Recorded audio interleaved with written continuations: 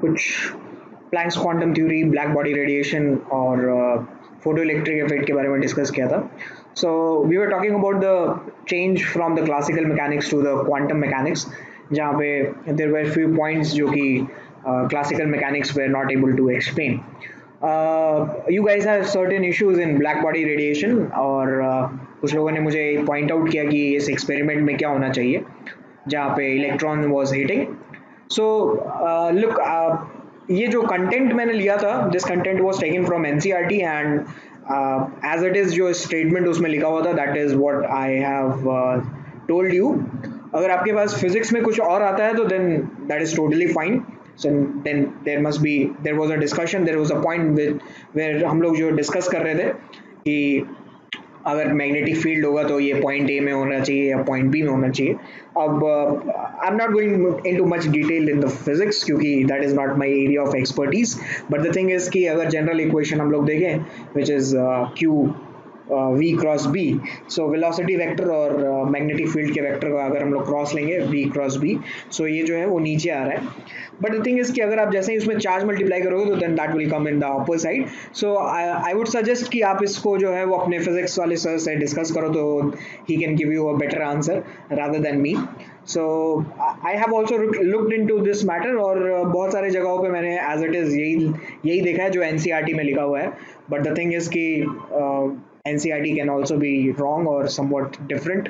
ठीक है, सो just leave it there. The thing is कि the concept here was that कि हम लोग इलेक्ट्रिक फील्ड और मैग्नेटिक फील्ड को एक ऐसे पॉइंट पे ला के छोड़ दें कि the cathode ray is hitting point B and from that point of view we can find out what is the magnetic field and what is the electric field and we can calculate the charge by mass ratio.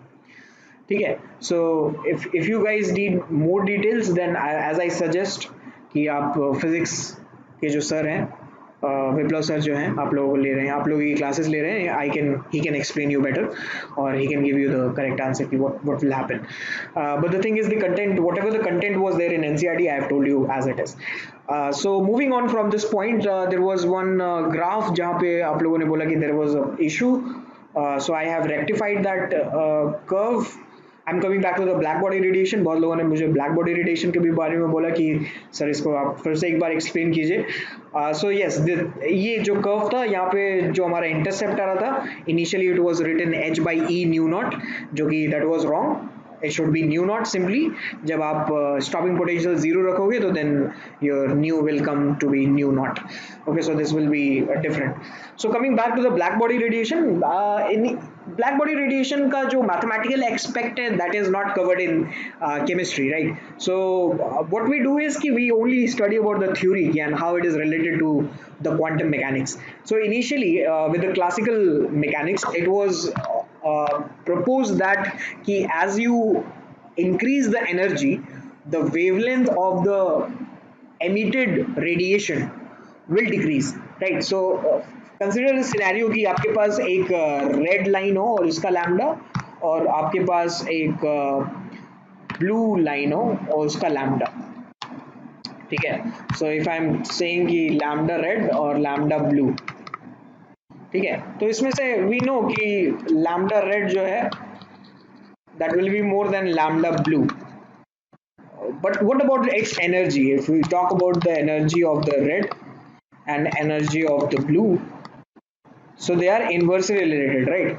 The energy is hc by lambda. So if lambda red is more, then the energy of the red light will be less, right? So that is what it is depicted here. And according to the classical physics or classical theory of uh, the physics, it stated that ki as you increase the intensity is what it is, energy per unit area per unit time. So we are indirectly talking about energy, right? So intensity must be related to energy. So according to the classical physics it was suggested that ki as you increase the energy your lambda will decrease.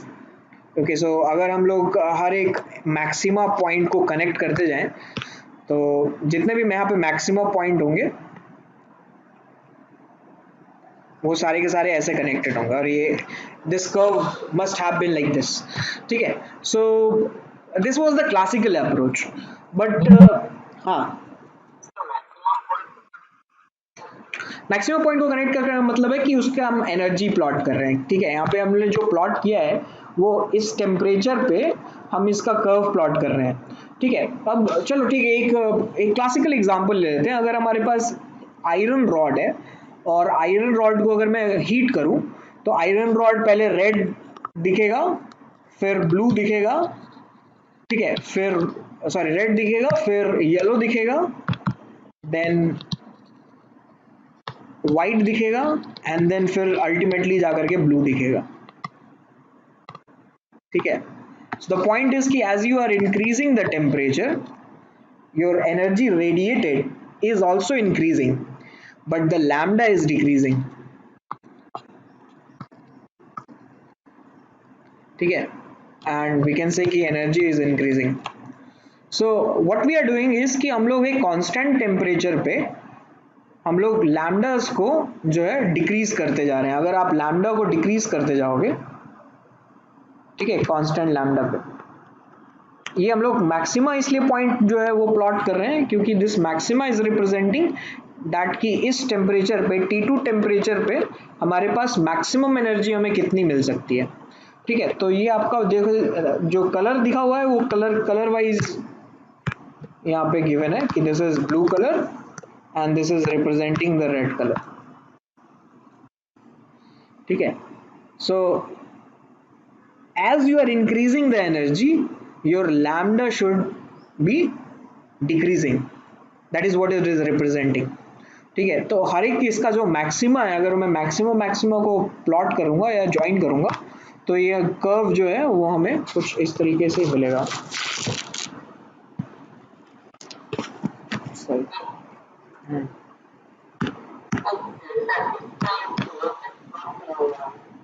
हम्म, किसकी वजह से? हाँ।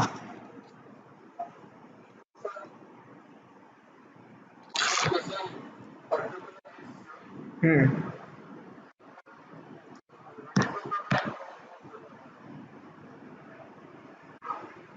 नहीं नहीं, मैं अलग अलग temperature पे कर्व प्लॉट कर रहा हूँ, दैट इज द पॉइंट। अलग अलग टेम्परेचर पे, ठीक है। एक बॉडी लिया मैंने, एक बॉडी ले लिया मैंने, ठीक है। मान लेते हैं कि हमारा जो टेम्परेचर है रूम टेम्परेचर, वो रूम टेम्परेचर T1 है, सपोज 30 डिग्री सेल्सियस, ठीक है। और ये हमारे पास आयरन बॉल है, राइट। अगर मैंने इसको हिंज करके रखा है कमरे में तो इसका टेम्परेचर, अगर इनिशियली टेम्परेचर इसका था मान लेते हैं 10 degree Celsius, so there would come a point जब फाइनली इसका टेम्परेचर भी 30 डिग्री सेल्सियस हो जाएगा,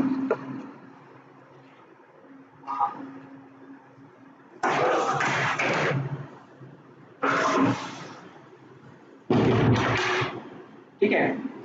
फिर मान लो कि मैंने रूम टेम्परेचर जो है वो अब बढ़ा दिया, रूम टेम्परेचर बढ़ा करके मैंने कर दिया इसको 45 डिग्री सेल्सियस, देन फाइनली ये भी 45 डिग्री सेल्सियस हो जाएगा, right. Slowly it will increase. So what I am doing is कि I am plotting a curve at 30 degree Celsius कि ये 30 डिग्री सेल्सियस पे कौन कौन सा एनर्जी एमिट कर रहा है, वो एनर्जी रेडिएटेड आपका यहाँ पे प्लॉट कर रहे हैं हम लोग, ठीक है। कौन कौन से लैम्डा का एनर्जी ये रेडिएट कर रहा है, because this is a black body, right. This is a black body, this can be considered as to be a black body, ठीक है। So this black body is radiating energy at 30 degree Celsius and the energy radiated consist of which lambdas, कौन कौन से lambda को वो represent कर रहा है, that is what it is plotted here.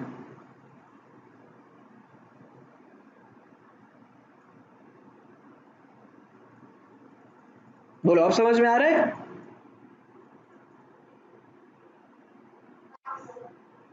ठीक है।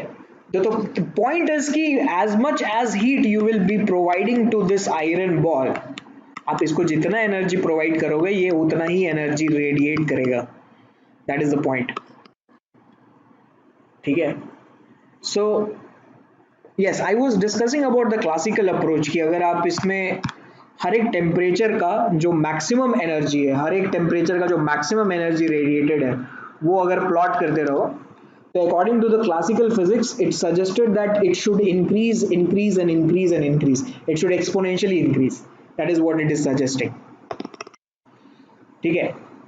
जो हमारा सन होता है ना, सन का भी जो हमारा इंटेंसिटी वर्सेस वेवलेंथ का कर्व है वो ऐसे ही आता है. ठीक है. इसी इसी तरीके से ये जो रेड वाला दिख रहा है या ब्लू वाला दिख रहा है ना, लेट्स कंसीडर कि रेड वाला है. ठीक है. ये जो हमारा सन है, वो सन भी ऐसे ही एनर्जी रेडिएट करता है इसी फॉर्म में एट अ पर्टिकुलर टेम्परेचर. ठीक है. So at a particular temperature a black body can radiate or emit energy or emit radiation of different wavelengths. That is what we are plotting.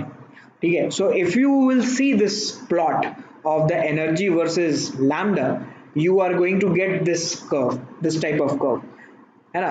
But according to the classical approach, it should increase, it should be like this. लेकिन ये ऐसा आया नहीं, ये यहाँ पे जो है कर्व चेंज हो गया इस पॉइंट पर, यहाँ पे आकर, and it decreased. That is the modern concept और this is the quantum mechanics. ठीक है. This quantum mechanics is according to the Planck's quantum theory. क्योंकि अल्टीमेटली अगर आपका कर्व जो है वो इंक्रीज ही करता जाएगा, तो दैट मीन्स कि आपका एक ब्लैक बॉडी जो है वो डिस्क्रीट अमाउंट में एनर्जी रेडिएट नहीं कर रहा है, it is radiating energy continuously. But that is not going to happen. Black body radiates energy in a discrete quantity, right? So if it is going to radiate energy in discrete quantity, that means कि अगर हम लोगों ने मान लो अचानक से इस ball को एनर्जी प्रोवाइड कर दिया 2000 केल्विन का. ठीक है. so it will absorb those energy but it cannot radiate that much amount of energy.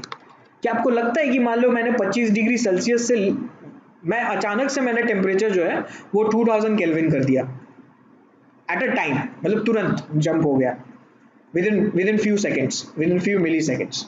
ठीक है. ऐसे चुटकी बजाया और 25 डिग्री सेल्सियस से सीधा हो गया 2000 kelvin. So do you think कि in that milliseconds it will also be radiating energy of 2000 kelvin? होगा क्या ये? नहीं होगा ना. This will not happen, right? So it will take its time. First of all, it will come in equilibrium, and while doing so it will absorb energy as much as it can, and it will radiate less amount of energy. जब ये equilibrium में आ जाएगा 2000 kelvin पे, then after that it can radiate energy of 2000 kelvin. लेकिन फिर भी वही, अगर हम लोग ये 2000 केल्विन कंटिन्यूसली इंक्रीज करते जा रहे हैं, मान लो हर एक मिनट में यू आर इंक्रीजिंग 10 केल्विन. ठीक है. हर एक minute, in every minute you are increasing 10 kelvin, then this ball or this iron filled ball will never be coming in the equilibrium with the surrounding temperature because you are continuously increasing the temperature. और इसका जो temperature होगा that will be always behind the current temperature. ठीक है. अभी 2000 था, अभी मैंने 2010 कर दिया, फिर मैंने 2020 कर दिया, तो ये हमेशा पीछे ही रहेगा, ये पीछे ही रहेगा, क्योंकि इसको आप कंटिन्यूसली एनर्जी इंक्रीज करते जा रहे हो.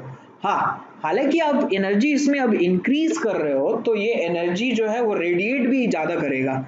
ठीक है. मान लो कि ये t is equals to 10 minutes था, t is equals to 11 minute था, और ये t is equals to 12 minute था.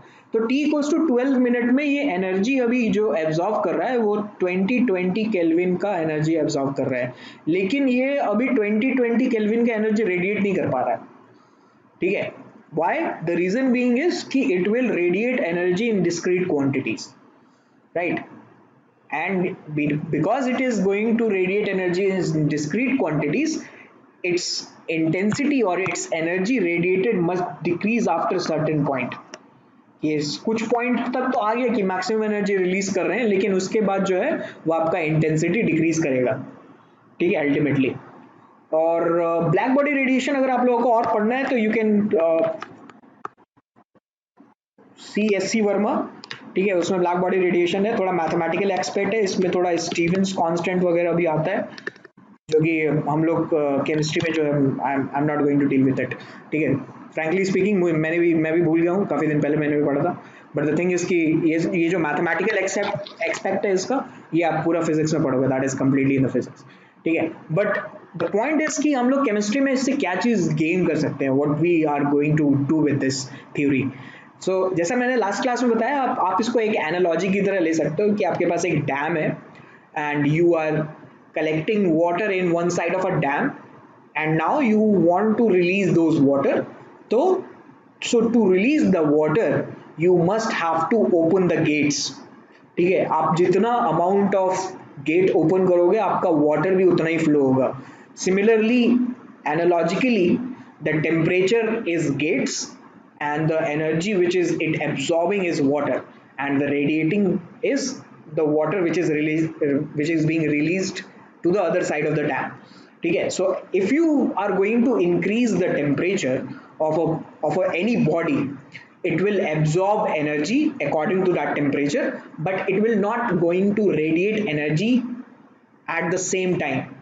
ठीक है, until unless it is not in equilibrium.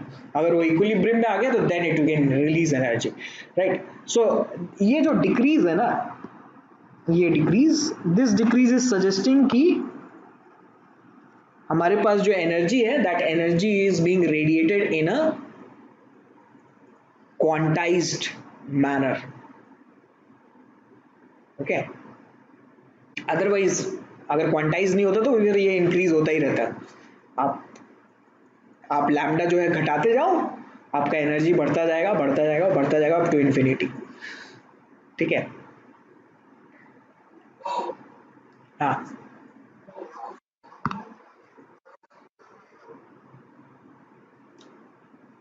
देखो यार, ये एनालॉजी मेरा है, ये कोई थ्योरी नहीं है।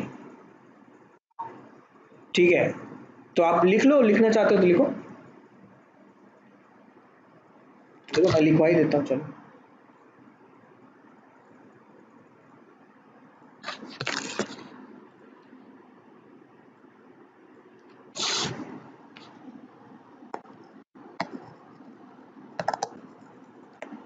So consider a dam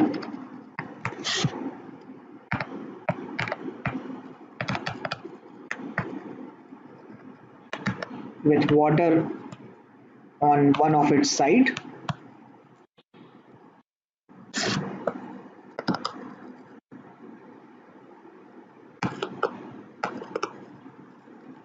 which is reservoir. Let's call it reservoir,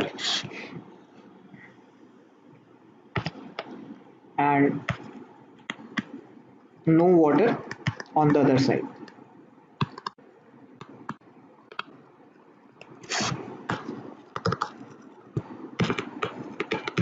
Let's call it sink.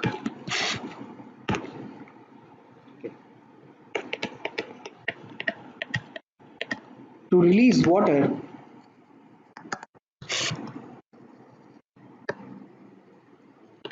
we must have to open gates.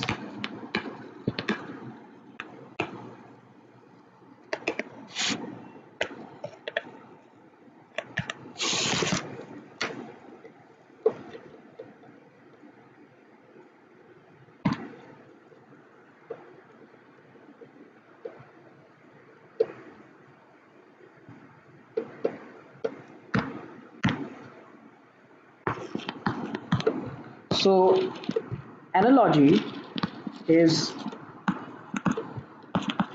that the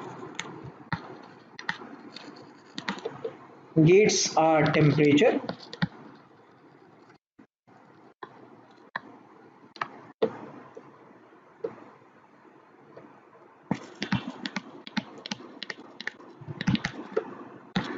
reservoir water is energy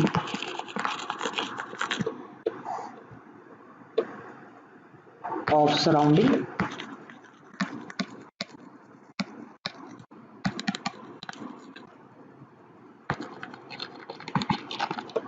which will be absorbed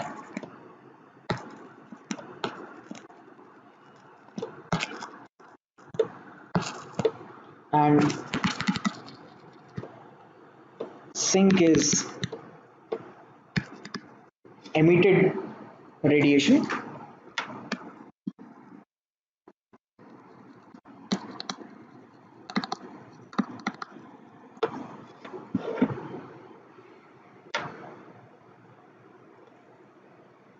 मैं लिख लेता हूँ, आपको फिर मैं दिखा दूंगा, ठीक है? मैं पूरा लिख लेता हूँ इसको। क्या है? Sink is emitted radiation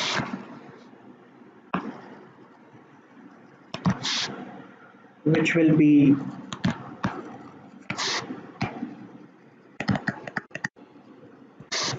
emitted if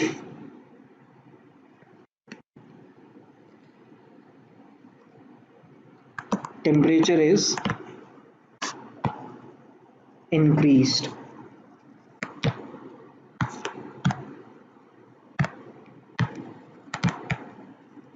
In our case,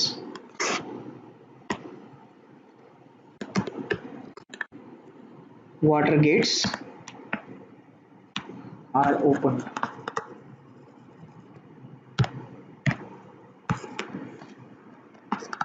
Hence,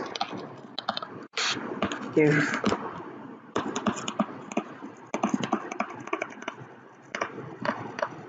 temperature is increased,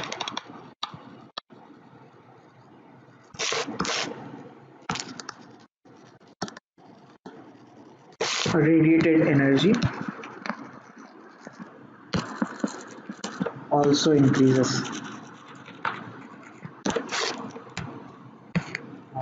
Lambda emitted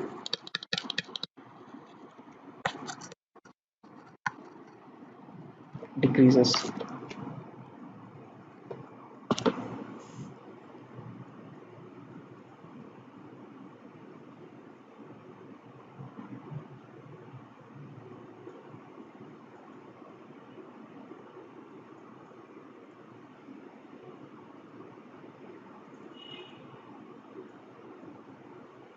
So our sun is also an example of a black body radiation, जहाँ पे sun के अंदर जो भी आपका न्यूक्लियर रिएक्शंस हो रहे हैं, so inside sun we can consider it to be a reservoir, जहाँ पे बहुत amount of there is a large amount of energy which is present, ठीक है? और सिंक हम लोग मान सकते हैं all the universe is a sink, ठीक है? सिंक को थोड़ा अगर छोटा करना चाहते हैं या फिर देखना चाहते हैं थोड़ा सा क्लोज व्यू में, तो हमारा सोलर सिस्टम ले लो, दैट इज आवर सिंक, क्योंकि जितने भी प्लैनेट्स हैं, प्लैनेट्स के जितने मून्स हैं, उसमें लाइट जो है वो आपकी सन की पहुंच रही है, ठीक है? सो वी नो कि as the temperature of the sun increases, अगर मान लो कि अभी जिस टेम्परेचर में होगा सन, वो उस टेम्परेचर से इंक्रीज होगा, so that increase in the temperature will be felt throughout the solar system or throughout the universe, क्योंकि the earth will get heat up, mercury will get heat up, mars will get heat up, moon will get heat up, ठीक है? So the moon or the satellite of each and every planet will get heated up, okay? So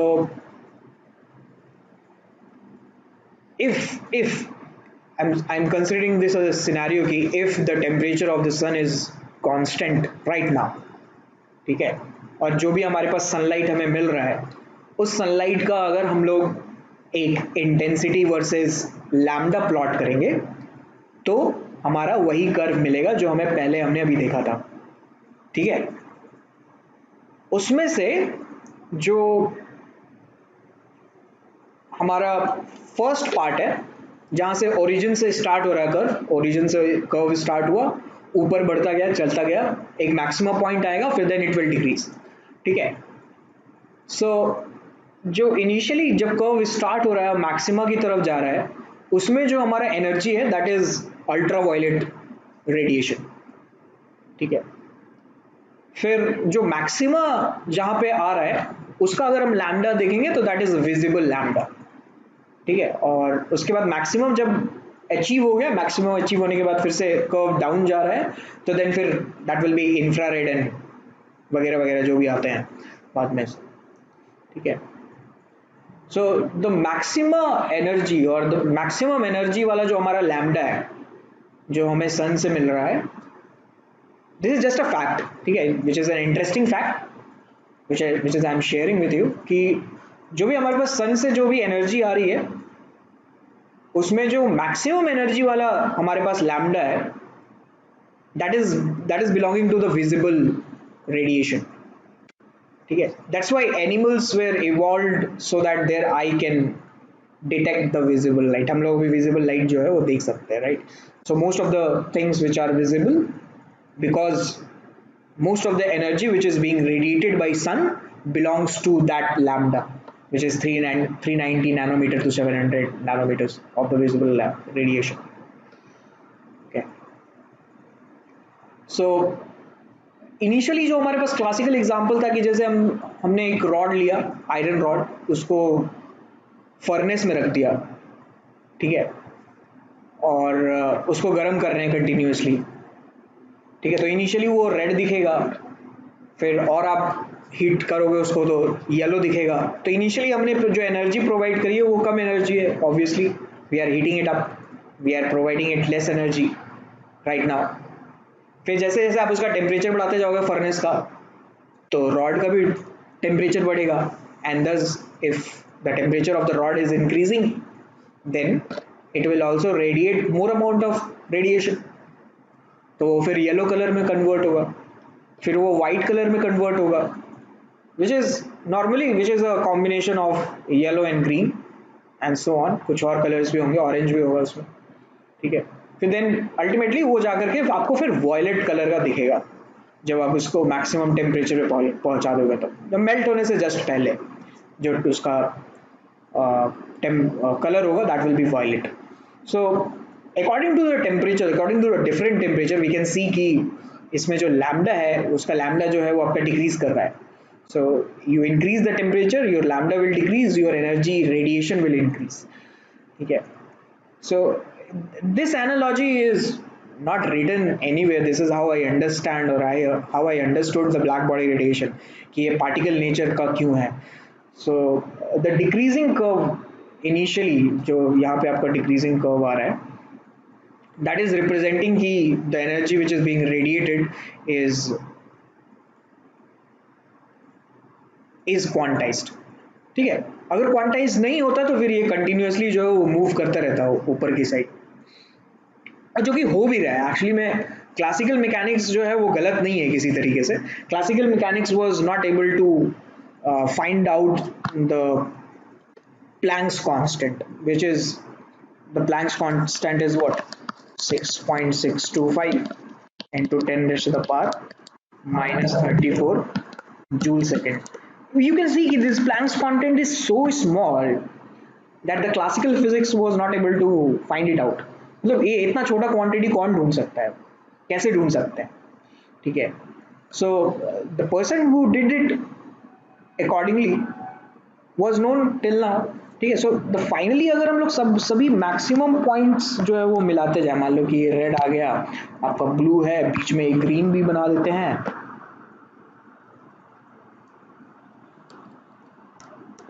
ठीक है, तो ये green का भी आ गया। तो whenever you will be joining these maximum points, तो the classical physics was able to get this curve, ये जो maximum point वाला आया था ना हमारे पास,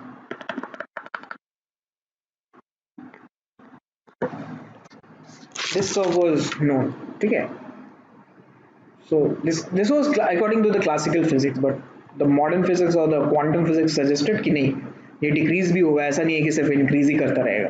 अदरवाइज अगर आप लैम्डा अगर मान लो 1 नैनोमीटर ले लो, तो इसका मतलब क्या है, मतलब एनर्जी बहुत ज़्यादा थोड़ी रहेगा, मतलब the intensity of the radiation, ठीक है। This is the energy radiated by the black body. I am not saying कि ये एनर्जी हम निकाल रहे हैं, ठीक है, ये ब्लैक बॉडी से जो एनर्जी रिलीज हो रहा है हम उसकी बात कर रहे हैं, ठीक है। तो आप इतनी एनर्जी आप दे पाओगे तो ठीक है, दो, उसके बाद देखते हैं वो कितना ब्लैक बॉडी रेडिएशन जो है एमिट कर पाता है। So it can be related to that concept also कि अगर हम लोगों ने टेम्परेचर जो है अचानक से 300 केल्विन से 2000 केल्विन कर दिया, तो that is not going to change things instantaneously, that will take time. First of all, it will come to an equilibrium with that temperature, and then after that it will release energy, right? So the thing which is we are going to get from the Planck's quantum theory as well as from black body radiation is that ki any body will emit energy in quantized manner or in a fixed quantity, right? It is not necessary or it will not happen that ki if we are going to provide a very large energy or very large amount of energy to a system, it will radiate it instantaneously. ठीक है, it will radiate it slowly with time. छोटे छोटे packets में वो energy release करेगा. ठीक है, जो भी एनर्जी उसको मान लो कि 10 जूल एनर्जी उसको मिल गया, तो वो 10 जूल एनर्जी वो 10 टाइम्स में वो रिलीज करेगा. 1 जूल निकाला, फिर थोड़ी देर बाद 1 जूल निकाला, फिर थोड़ी देर बाद 1 जूल निकाला, ताकि उसका इक्विलिब्रियम भी बना रहे. Because there are three factors of the energy which we are seeing. ठीक है, एक तो है आपका जो इंसिडेंट रेडिएशन है वो, एक है एब्जॉर्ब्ड रेडिएशन है वो, और एक जो है एमिटेड रेडिएशन है वो, जो कि अभी हम लोग पढ़ने वाले हैं, which will be clear in atomic spectra. So today we'll be studying about the atomic spectra. Okay, और atomic spectra में यही चीज है कि there are three parts of the radiation. One is incident radiation, next is absorbed radiation, and the third is emitted radiation. तो जो भी radiation आप किसी बॉडी को प्रोवाइड करोगे तो that body will break it into two parts. Few parts of it will be absorbed, few part of it will be emitted. ठीक है, and few part will be reflected if you are talking about कि वो reflect भी कर रहा है तो. ठीक है, so atomic spectra is what, कि मान लो कि हम लोगों के पास एक व्हाइट लाइट है, व्हाइट लाइट को हम लोगों ने प्रिज्म में अगर दिया तो that is being separated into 7 different lines. ठीक है, तो this is known as a spectrum. The combination of the 7 different lines or 7 visible lights is known as a spectrum. ठीक है, तो the ray of white light is spread out in a series of colored band is called spectrum, right? So the spectrum of white light that we can see ranges from, as I said, कि 790 nanometre से 300 nanometre के आसपास, 300 nanometre से 700 nanometre के आसपास रहेगा, विच is the visible range. ठीक है, एंड ये जो हमें कलर्स दिखते हैं, ये एक्चुअली कैसे दिखता है कलर? ये तभी दिखेगा हमारे पास जब पीछे कोई स्क्रीन हो. ठीक है, अगर पीछे कुछ नहीं है तो हमें ये कलर्स जो है वो नहीं दिखेगा. सिमिलरली रेनबो का भी यही सिनेरियो है. रेनबो आपको एक पर्टिकुलर डायरेक्शन में ही दिखेगा. ठीक है, कि इसी डायरेक्शन में जा रहे हैं तो यहीं से दिखेगा रेनबो. आप दूसरे डायरेक्शन में मूव कर जाओगे या फिर दूसरे डायरेक्शन से उसको देख रहे होगे तो आपको नहीं दिखेगा रेनबो. ठीक है, तो जो देखने का हमारा जो तरीका है वो यही है कि आप इसमें एक स्क्रीन लगाओ. ठीक है, which is the most common वे, क्योंकि हम ये सब जो एक्सपेरिमेंट है ये लैबोरेटरी में कर रहे हैं, तो स्क्रीन लगाइए, स्क्रीन में जो कलर्स हमारे पास आएंगे that is what it is called as a spectra. ठीक है, so this is a continuous spectra, right? Continuous spectra है. कंटिन्यूअस स्पेक्ट्रा का मतलब कि हमारे पास जो स्क्रीन होगा उस स्क्रीन में there will be no such lines which will be missing. ठीक है, this is a continuous spectra. ठीक है, और इसको एनालॉजी अगर हम लोग दे तो हम लोग ऐसे समझ सकते हैं, जो पहले के ज़माने में ब्लैक एंड वाइट रील आता था ना, photo film black and white, वो पहले ऐसे ही रहता था. जब हम लोगों ने पिक्चर नहीं क्लिक करी है तो पहले पूरा ब्लैक रहता है. जब हम लोग पिक्चर क्लिक कर लेते हैं तो इसमें फिर इम्प्रिंट्स आते हैं वाइट लाइंस के और ब्लैक लाइंस के, मतलब व्हाइट लाइंस जो इम्प्रिंट हो जाता है. ठीक है, सो ये जो 7 कलर्स आपको दिखाई दे रहा है, this is a continuous spectra. This is how the continuous spectra looks like.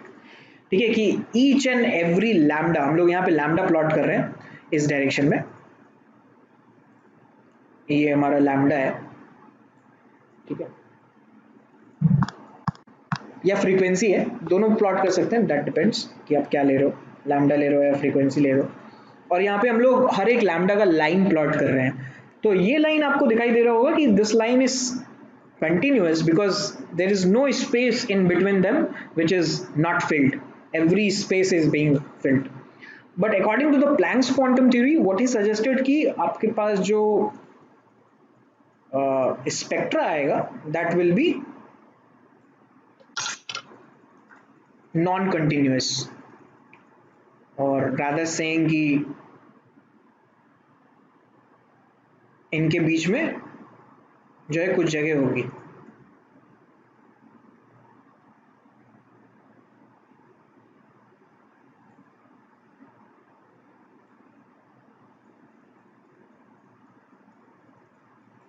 ठीक है, so this is what the Planck's stated कि it will release energy in a quantized fashion.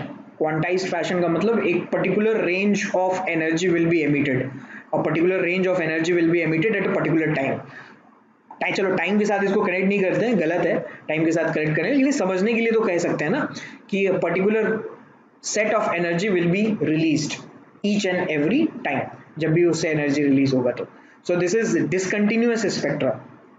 ठीक है, सो इनिशियली जब प्लैंक्स क्वांटम थ्योरी नहीं था, तो according to the classical aspect, the scientist thought कि जो हमारा हाइड्रोजन का स्पेक्ट्रा आएगा या फिर कोई भी एटम का स्पेक्ट्रा आएगा, वो दैट शुड बी कंटिन्यूअस, उसके बीच में कोई जगह नहीं होनी चाहिए। लेकिन but the atomic spectra came out to be like this. ठीक है, और ऐसा क्यों आता है वो देखते हैं। So there are, as I said कि there are three parts of our radiation. One is incident radiation, another one is emitted radiation, and another one is absorbed radiation. ठीक है, तो emitted radiation से जो हमारा स्पेक्ट्रम आएगा उसको हम लोग बोलेंगे emission spectra। जो absorbed radiation से स्पेक्ट्रा आएगा उसको हम लोग बोलेंगे absorbed spectra। और इंसिडेंट का मैंने आपको बता दिया है कि this is incident. Incident light क्या होगा, व्हाइट लाइट ही तो होगा। सो इसका जो स्पेक्ट्रा होगा that will be a continuous spectra, like कि ब्लैक कलर का जो स्पेक्ट्रा था हमारे पास। ठीक है, so this is incident spectra, this is incident spectra. ठीक है, so to plot curves what we did is, हमने एक सैंपल लिया, लेट्स से कि हाइड्रोजन सैंपल लिया, हाइड्रोजन एटम ले लेते हैं। हाइड्रोजन एटम में उसको हीट किया, ठीक है, या फिर एनर्जी उसमें इंसिडेंट करी, radiation is being incident to the hydrogen sample. सो इंसिडेंट करने पे जो एटम्स है वो आपके एक्साइट हुए। एटम्स का एक्साइट होने का मतलब कि एटम्स में जो इलेक्ट्रॉन्स प्रेजेंट है वो हायर एनर्जी स्टेट्स में चले गए। ठीक है, कुछ टाइम के बाद जब इससे एनर्जी रेडिएट होगा, because every body is a black body, but not necessarily कि वो आइडियल हो, आइडियली आइडियल ब्लैक बॉडी हो, बट द थिंग इज कि every body will release certain amount of radiation whenever you provide energy to it. तो अगर इसको हमने energy provide किया, ये एक्साइट हुआ, ये एक्साइट होने के बाद जब ये डी एक्साइट हो रहा होगा, तो डी एक्साइट होने के बाद ये कुछ एनर्जी रेडिएट करेगा या एमिट करेगा। इस एमिटेड रेडिएशन को हम लोगों ने प्रिज्म में पास किया, और प्रिज्म में पास करने के बाद एक फिल्म या फिर डिटेक्टर में प्लॉट किया, तो ये हमारे पास ऐसा कर्व आया या ऐसा प्लॉट आया।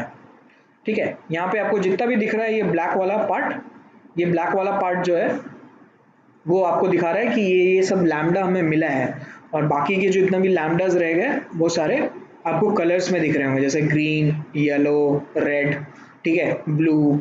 तो इनिशियली जो देखो जैसे इंक्रीजिंग लैम्डा है हमारे पास, तो लैम्डा अगर इंक्रीज कर रहा है तो जैसे जैसे हम लोग from left hand side to right hand side जा रहे हैं, हमारा कलर जो है वो चेंज हो रहा है, blue, green, yellow, red, right. So this was the emitted spectra. Okay, अगर हम लोग व्हाइट लाइट का अगर करते हैं, राइट, अगर व्हाइट लाइट का अगर हम लोग करेंगे और यहाँ पे कोई एक एब्जॉर्बिंग सैंपल लगाएंगे जो कि एब्जॉर्ब कर लेगा, ठीक है, तो यहाँ से जो रेडिएटेड या फिर एब्जॉर्ब्ड स्पेक्ट्रा हमारा निकलेगा, वो एब्जॉर्ब्ड स्पेक्ट्रा आपको कुछ ऐसा मिलेगा।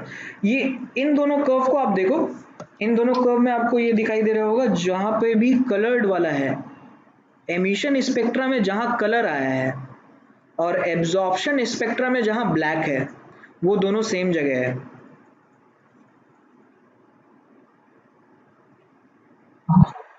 राइट, एमिशन का कलर और एब्जॉर्ब का ब्लैक, राइट, वो हमेशा सेम जगह है, वो ये ऐसा ही आएगा। Right, the important thing here is कि we can not plot absorption spectra, experimentally we can not do so. But we can do one thing, हम लोग एक कमाल का काम कर सकते हैं कि हम लोग जो है कंटिन्यूअस स्पेक्ट्रा ले लिया, या इसको बोलते हैं लेट्स से इंसिडेंट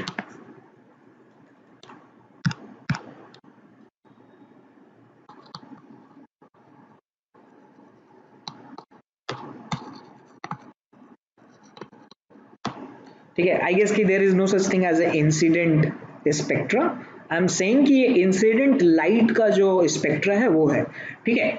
तो हमारे पास इंसिडेंट लाइट का स्पेक्ट्रा है, हमारे पास एमिशन और या फिर एमिशन स्पेक्ट्रा है। तो हम क्या कर सकते हैं कि हम इन दोनों को जो है कोइंसाइड कर देते हैं, इसको इसके ऊपर रख देते हैं, ठीक है। जो प्लॉट हम लोगों को नहीं मिल रहा होगा, है ना, वो एब्जॉर्प्शन स्पेक्ट्रा होगा। समझ में आ रहा है मैं क्या बोल रहा हूँ? राइट। तो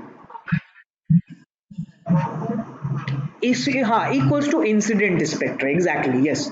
तो अगर हम इन दोनों को कोइंसाइड कर दें, इसके ऊपर इंसिडेंट स्पेक्ट्रा के ऊपर एमिशन स्पेक्ट्रा रख दीजिए, जो लाइन आप लोगों को नहीं मिल रही है एमिशन स्पेक्ट्रा में, वो एब्जॉर्प्शन स्पेक्ट्रा के बारे में आपको बता देगा कि ये एब्जॉर्प्शन स्पेक्ट्रा। तो हम लोग एक्सपेरिमेंटली एब्जॉर्प्शन स्पेक्ट्रा जो है वो प्लॉट नहीं कर पाएंगे कभी भी। हम या तो इंसिडेंट स्पेक्ट्रा प्लॉट कर पाएंगे या फिर एमिशन स्पेक्ट्रा प्लॉट कर पाएंगे। एमिशन और इंसिडेंट को मिक्स कर देंगे तो we will get the absorption spectra, ठीक है। So this is how the spectra of hydrogen came out to be. ऐसा ही कुछ दिखता है, नॉट एग्जैक्टली दिस बट ऐसा ही कुछ दिखता है, ठीक है। सो यहाँ पे एक क्वेश्चन है, देखो कुछ देख लेते हैं थ्योरी वाइज कि how atoms can produce spectra if the first question arises. So the answer is कि when electromagnetic radiation interacts with matter, atoms or molecules, it may absorb energy and reaches to a higher energy state. With higher energy states, these are unstable state, ठीक है। ज्यादा energy कम stability, ठीक है। आप glucose खाओ, ground में जाके दौड़ो, कर सकते हैं। विदाउट ग्लूकोज पिए हुए ग्राउंड में दौड़ना बहुत मुश्किल है, राइट। सो हाई एनर्जी से स्टेबिलिटी कम, ठीक है। दौड़ोगे तो एक जगह नहीं मिलोगे, स्टेबिलिटी कम। सिमिलरली वैसे ही यहाँ पे भी हो रहा है, किसी भी एटम को या फिर किसी भी सब्सटेंस पे एनर्जी ज़्यादा देंगे तो it will be unstable. So for returning to their normal और लोअर एनर्जी स्टेट और stable energy state, the atoms and molecules emit radiation in various regions of the electromagnetic spectrum, ठीक है। सो हुआ क्या इसमें अल्टीमेटली अगर हम लोग देखें तो भाई हमारे पास एक एटम है, एटम में न्यूक्लियस है, न्यूक्लियस के चारों ओर इलेक्ट्रॉन रिवॉल्व कर रहा है, अभी तक तो हम लोगों ने यही पढ़ा है। और इस इलेक्ट्रॉन को अगर हम लोगों ने एनर्जी प्रोवाइड किया है,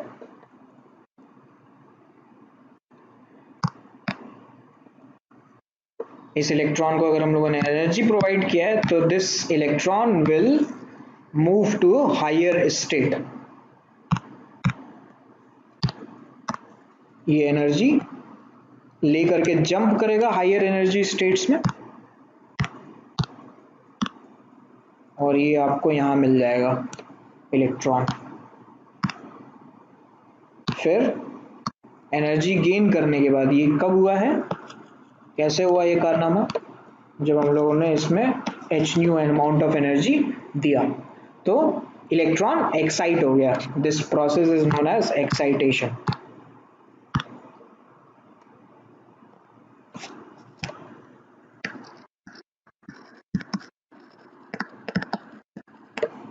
ठीक है। फिर ये एनर्जी लेकर के बाहर आया था, ऊपर आया था, फिर ये फिर से वापस जाएगा दोबारा नीचे और इस प्रोसेस को हम लोग बोलेंगे डी एक्साइटेशन।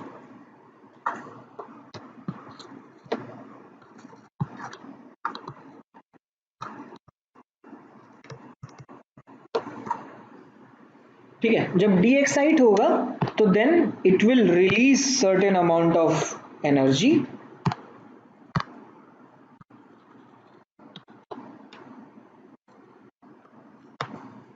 ठीक है, तो this will be emitted radiation,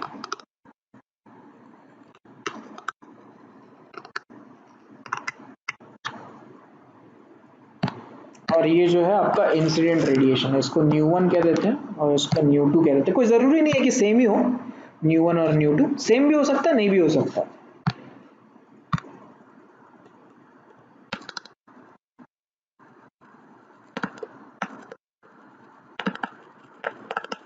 ठीक है, तो एटम एटम को आप रेडिएशन दीजिए, एटम एक्साइट होगा, एटम एक्साइट होने का मतलब एटम्स के अंदर जो इलेक्ट्रॉन प्रेजेंट है वो हायर एनर्जी स्टेट में जाएंगे, और हायर एनर्जी स्टेट में जाने के बाद फिर वो डी एक्साइट होंगे so that it can become stable once again, and it will emit certain amount of energy, और जो भी एमिटेड एनर्जी है उसको अगर हम लोग जब प्लॉट करेंगे फिल्म में या डिटेक्टर में तो उसको हम लोग इस एमिटेड स्पेक्ट्रा बोलेंगे। ठीक है, so it will belong to electromagnetic radiation and different lambdas can be plotted through it. हाँ, हम्म, नहीं नहीं, आप उसको ऑर्बिट से मत कनेक्ट करो यार, ऑर्बिट से मत करो, ऐसे ही नॉर्मल बात कर रहे हैं हम लोग। मान लो कुछ एनर्जी लॉस हो गया, ऐसा भी तो हो सकता है ना, टेम्परेचर बढ़ाने में लग गया कुछ एनर्जी, ऐसा भी तो हो सकता है।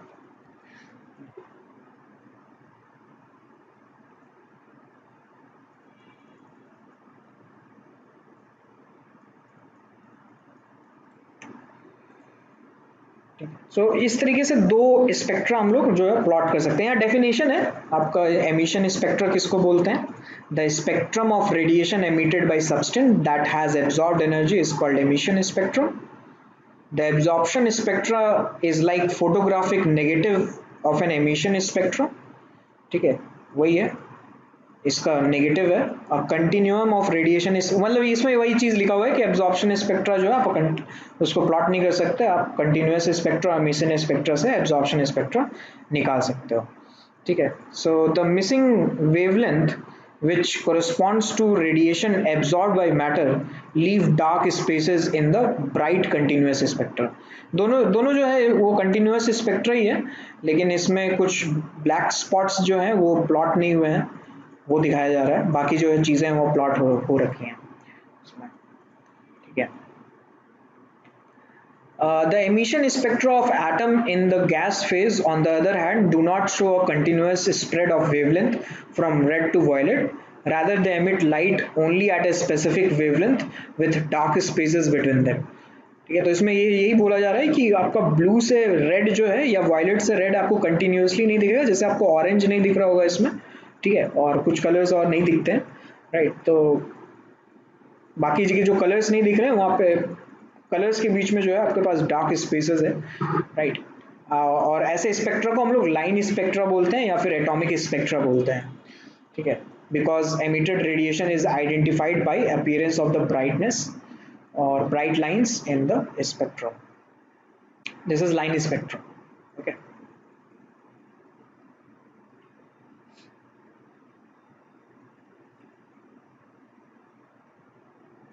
इसी से रिलेटेड जो है ब्लैंक्स क्वांटम थ्योरी जब आया तो एटॉमिक जैसे ही एटॉमिक स्पेक्ट्रा आया तो एटॉमिक स्पेक्ट्रा के बाद तुरंत बोर्स मॉडल आता है, and Bohr's was using the Planck's quantum theory कि the energy is being related और energy is being released in quantized fashion. ठीक है, सो पहले बोर्स ने एक सिंपल सा मॉडल उठाया विच इज हाइड्रोजन या हाइड्रोजन लाइक मॉडल, ताकि कैलकुलेशन जो है वो इजी हो। There is a presence of one proton, there is a presence of one electron, so he kept it very simple, right. And so Bohr's theory is based on unielectronic species like hydrogen, helium plus, lithium plus 2, beryllium plus 3, etc. या फिर और भी कोई theoretical हो तो उससे भी हो सकता है। And Bohr's model for hydrogen atom is based on the following postulates. So he postulated few certain things according to the experimental data, according to the hydrogen spectrum. He suggested few things. और उसने इस assumption से postulate क्या होता है? postulate होता है कि एक होता है assumption, एक होता है थ्योरी, या फिर एक होता है एजम्पशन और एक होता है आइडेंटिटी। ठीक है, आइडेंटिटी और एजम्पशन के बीच वाला पार्ट है वो जिसको पोस्टुलेट्स कहते हैं। ठीक है। तो एजम्पशन जो है, हम कुछ भी एज्यूम कर सकते हैं। मैं करोड़पति हूँ, मैं एज्यूम कर सकता हूँ, ठीक है। मैं बहुत ताकतवर आदमी हूँ, मैं ये भी एज्यूम कर सकता हूँ। You can assume that, but that is not practical, right. So postulate is a relation of assumption with practicality. Practicality कैसे आती है? आप जब तक एक्सपेरिमेंट नहीं करोगे, एक्सपेरिमेंटल रिजल्ट्स देख करके आप एजम्पशन नहीं लोगे, तब तक that is not a postulate, otherwise that will B assumption, ठीक है। So postulates are given on the basis of the experimental results, and on that basis we assume certain things and we call it as a postulate. So this postulate is कि electron in hydrogen atom can move around the nucleus in a circular path of fixed radius and energy, ठीक है। ये correction है, Rutherford model से correction. क्या correction? इसने बोल दिया कि भाई नहीं, फिक्स्ड पाथ होगा, सर्कुलर पाथ होगा, और एनर्जी भी उसका फिक्स्ड होगा, ठीक है। ऐसा नहीं होगा कि घूमते घूमते जो है न्यूक्लियस में समा गया, ठीक है, जैसा कि रदरफोर्ड मॉडल से आ रहा था। तो यहाँ पे फर्स्ट उसने ये चीज रेक्टिफाई कर दी, ठीक है। These paths are called orbits, okay, circular path called orbits, जहाँ पे आपका फिक्स्ड रेडियस है और फिक्स्ड एनर्जी भी है, दोनों फिक्स्ड है। These orbits are arranged concentrically around the nucleus. Concentric है, ठीक है, मतलब आपका जो न्यूक्लियस है वो सेंटर है सभी सर्कल का या सभी ऑर्बिट का। The energy of an electron in the orbit does not change with time, ठीक है। ऐसा नहीं है कि टाइम वेरिएबल होगा एनर्जी, अभी इस टाइम में इतना एनर्जी है, कुछ और टाइम में कुछ और एनर्जी होगा। So energy is not related with time, rather it is related with the orbit as suggested by the first postulate. Second postulate में इसने क्लियरिफाई कर दिया कि टाइम के साथ चेंज नहीं होने वाला है। The electron will move from lower stationary state to a higher stationary state when required amount of energy is absorbed by the electron। जो अभी हम लोग बात कर रहे थे वो, कि अगर ये लोअर एनर्जी स्टेट है, ये हायर एनर्जी स्टेट है, तो अगर एनर्जी एब्जॉर्ब होता है तो electron will jump to higher energy state, और थोड़ी देर बाद फिर वो वापस दोबारा वहीं आ जाएगा by losing energy, so energy will be emitted, ठीक है, and it will come back to the lower energy state. The energy is emitted when electron moves from higher stationary state to lower stationary state, ठीक है, that we know। ये मतलब हमें दिखता भी है, क्लासिकल मैकेनिक्स से भी दिखता है कि ऊपर जाएंगे तो एनर्जी लगेगा, नीचे आएंगे तो एनर्जी लूज होगा, है ना। The energy change does not take place in a continuous manner। continuous change नहीं है ये एनर्जी का, कि मतलब अगर लोअर एनर्जी स्टेट से हायर एनर्जी स्टेट गया, हायर से और फर्दर अगर हायर जाएंगे तो ये जो एनर्जी का गैप आ रहा है, ये एनर्जी का गैप कंटिन्यूस नहीं है, दिस इज डिफरेंट। उसी का कैलकुलेशन है basically Bohr's theory. Frequency of radiation absorbed और emitted is equals to delta E. यहाँ से जो हमारा रेडिएशन एब्जॉर्ब या एमिट होगा ना, that will be known as delta E. Delta E का मतलब, जैसे मान लो कि इसका एनर्जी मान लेते हैं हम लोग E1 है, और इसका एनर्जी अगर E2 है, तो delta E will be nothing but final energy minus initial energy which is E2 minus E1, ठीक है, अगर मतलब एक्साइट हो रहा है तो that is delta E. So the it's frequency, जो भी फ्रीक्वेंसी का एनर्जी रेडिएट हुआ है या एब्जॉर्ब हुआ है, that will B related with the delta E, and delta E is the difference in the energy of the two energy state। और यहाँ से हम लोग delta E is equals to h nu लिख सकते हैं, where nu is equals to E2 minus E1 divided by h, which is Bohr's frequency rule।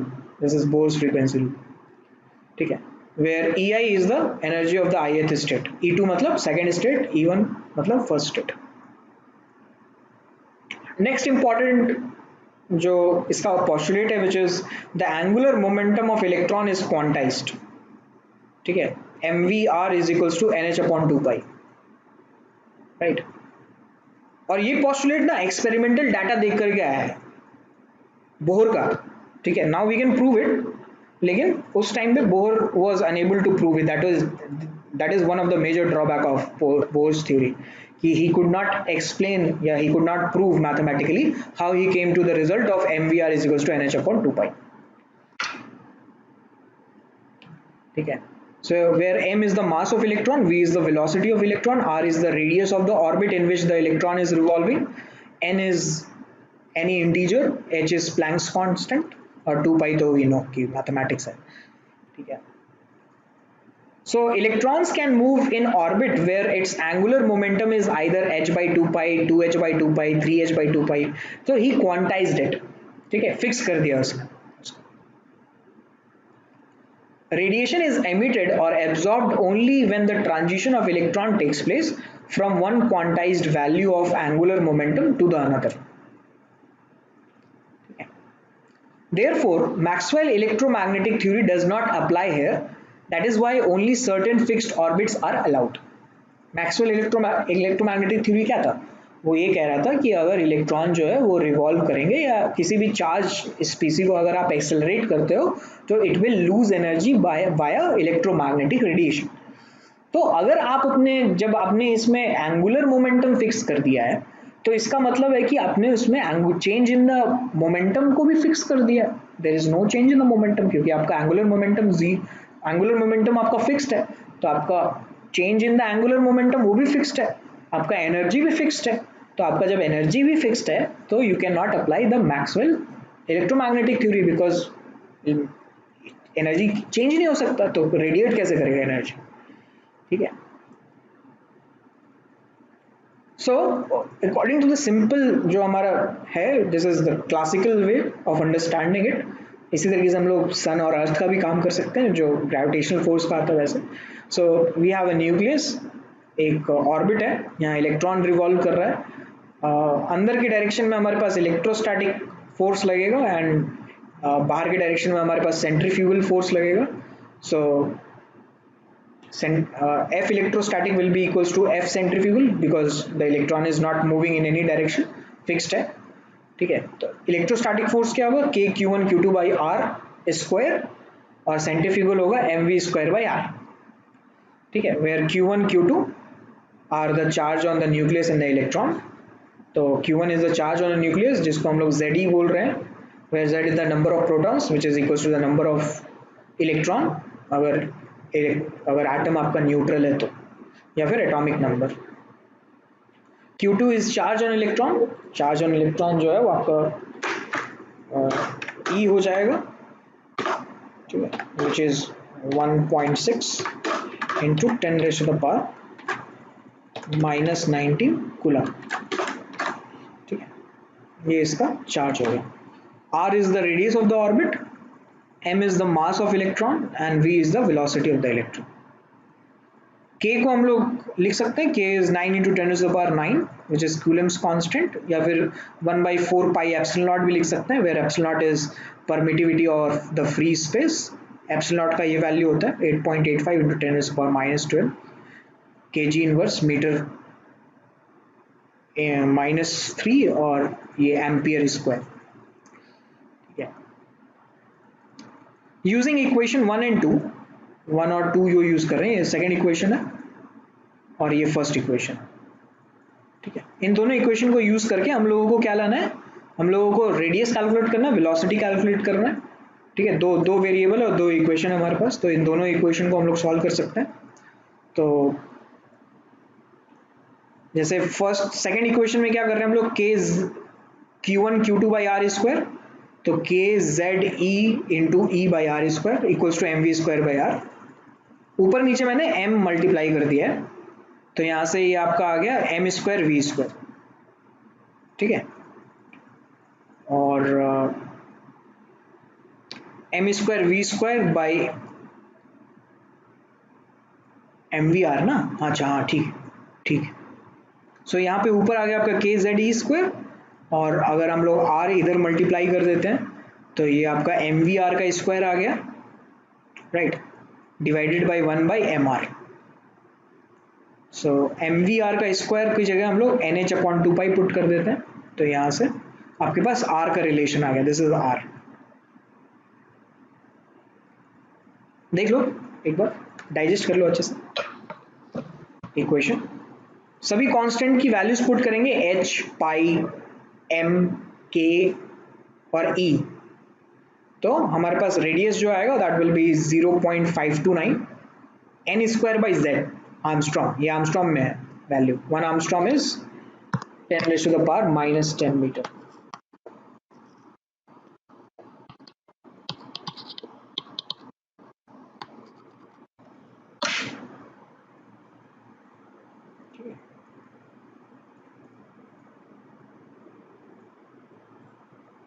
देख लो इक्वेशन,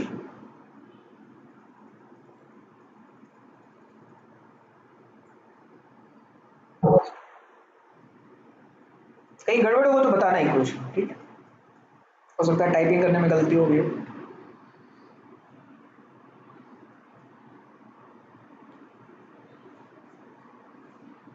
तो ऐसे ही हम लोग का रेडियस जो है वो एन स्क्वायर बाई जेड पे डिपेंड करेगा, where radius is directly proportional to N square by Z. तो अगर हम लोग हाइड्रोजन का लेते हैं फर्स्ट ऑर्बिट तो दैट विल बी 0.529 आर्मस्ट्रॉन्ग, मतलब 0.53 आर्मस्ट्रॉन्ग की दूरी पर रहेगा न्यूक्लियस से, 0.53 आर्मस्ट्रॉन्ग की दूरी पे इलेक्ट्रॉन मूव कर रहा होगा।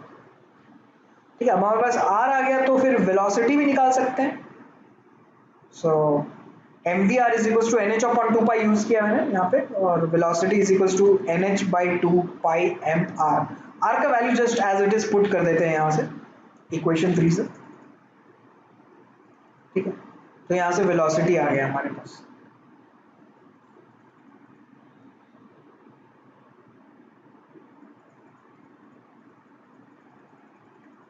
देख लो वेलोसिटी का इक्वेशन, अगर सही हो तो बताना, कहीं गड़बड़ हो तो बताना, सही है तो फिर क्या है। ठीक है, तो वेलोसिटी का जो इलेक्ट्रॉन का वेलोसिटी है that is 2.18 into 10 raise to the power 6 z by N. Velocity जो है आपका z बाई एन पे डिपेंड कर रहा है। तो if you increase the number of orbit velocity will decrease, है ना, n की वैल्यू 2 रखेंगे डिक्रीज हो जाएगा, 3 रखेंगे और डिक्रीज हो जाएगा, 4 रखेंगे और भी डिक्रीज हो जाएगा। सो इन अ वे आप वेलोसिटी ऑफ इलेक्ट्रॉन देख सकते हो कितना फास्ट मूव कर रहा है इलेक्ट्रॉन, है ना, और this is almost 100 times less than the speed of the light. नहीं, 100 अगर मल्टीप्लाई करते हैं तो स्पीड ऑफ द लाइट कितना आता है, 3 इंटू 10 टू द पावर 8, और ये आ रहा है 2 इंटू 10 टू द पावर 6, है ना, लमसम 100 टाइम्स, मतलब नॉट एग्जैक्टली, ऑर्डर वाइज कह रहे हैं कि अगर 100 मल्टीप्लाई करें तो 2 इंटू 10 टू द पावर 8 आ जाएगा। ठीक है, so this is how it, मतलब इतना स्पीडली वो मूव कर रहा है। ठीक है, इससे फिर हम लोग जो अगर वेलोसिटी आ गया हमारे पास तो वेलोसिटी से काइनेटिक एनर्जी भी रिलेटेड होगा, पोटेंशियल एनर्जी भी रिलेटेड होगा, क्योंकि चार्ज है। ठीक है, चार्जेस के बीच में पोटेंशियल एनर्जी होता है। So we are not going to now calculate about the potential energy and the kinetic energy of the electrons. ठीक है, तो potential energy of the electron कैसे कैलकुलेट करते हैं, मान लेते हैं कि एक एटम का फॉर्मेशन कर रहे हैं हम लोग, हाइड्रोजन एटम का फॉर्मेशन, और उसमें इलेक्ट्रॉन को मैं n इक्वल्स टू इन्फिनिटी से n इक्वल्स टू r में ला रहा हूँ। ठीक है, तो n इक्वल्स टू इन्फिनिटी में कोई पोटेंशियल एनर्जी नहीं होगा। ठीक है, क्योंकि there will be no interaction between nucleus and the electron. जैसे जैसे वो पास आते जाएंगे वैसे वैसे अट्रैक्शन फोर्स जो है वो बढ़ता जाएगा। Because of this attraction force there will be a potential energy between electron and the nucleus. ठीक है, दोनों अपोजिट चार्ज के हैं, both of them will be attracting each other. ठीक है, तो since work is defined as force into displacement, we can bring the electrons from r equals to infinity to r equals to infinity से r तक bring करना है। ठीक है, बीच में कोई एक इनफाइनेटली स्मॉल डिस्टेंस लेंगे, वहां से फिर हम लोग इंटीग्रेट कर देंगे उसको। तो वर्क को लिख सकते हैं हम लोग dw, the small amount of work. Small amount of work किसको बोल रहे हैं कि अगर dr r प्लस dr से r तक लाना है, r प्लस dr से r तक, ठीक है, यहां से यहां तक लाना है, तो इतने में कितना वर्क करना पड़ेगा वो अगर निकाल करके इंटीग्रेट कर दे तो आ जाएगा हमारे पास इक्वेशन में। So dw is equals to f dot dr, ठीक है, which is f multiplied by dr multiplied by cos theta. ठीक है, थीटा जो है वो जीरो है क्योंकि आपका फोर्स जो है इसी डायरेक्शन में ला रहे हैं, हम रेडियल डायरेक्शन में इसको ला रहे हैं। ठीक है, जो आपका जो भी एक्सिस है रेडियस एक्सिस, उसी एक्सिस के अलोंग इलेक्ट्रॉन्स को लाया जा रहा है, and the force is acting in the same direction. जिस डायरेक्शन में हम लोग इसको ला रहे हैं उसी डायरेक्शन में, क्योंकि आपका फोर्स भी किस डायरेक्शन में काम कर रहा है, फोर्स भी इसी डायरेक्शन में काम कर रहा है और डिस्टेंस भी इसी डायरेक्शन में हम लोग कम कर रहे हैं, डायरेक्शन सेम है, cos theta will be zero.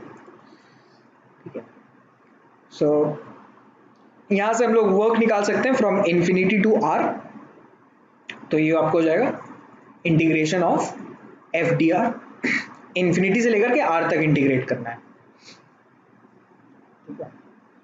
तो फोर्स क्या है, इलेक्ट्रोस्टैटिक फोर्स है which is K Z E square by R, R square, ठीक है।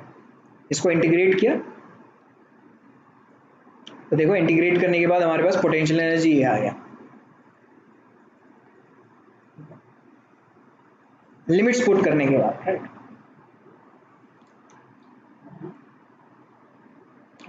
तो potential energy at distance R is minus K Z E square by R, potential energy at infinity is equals to minus K Z E square by R, right, R infinity.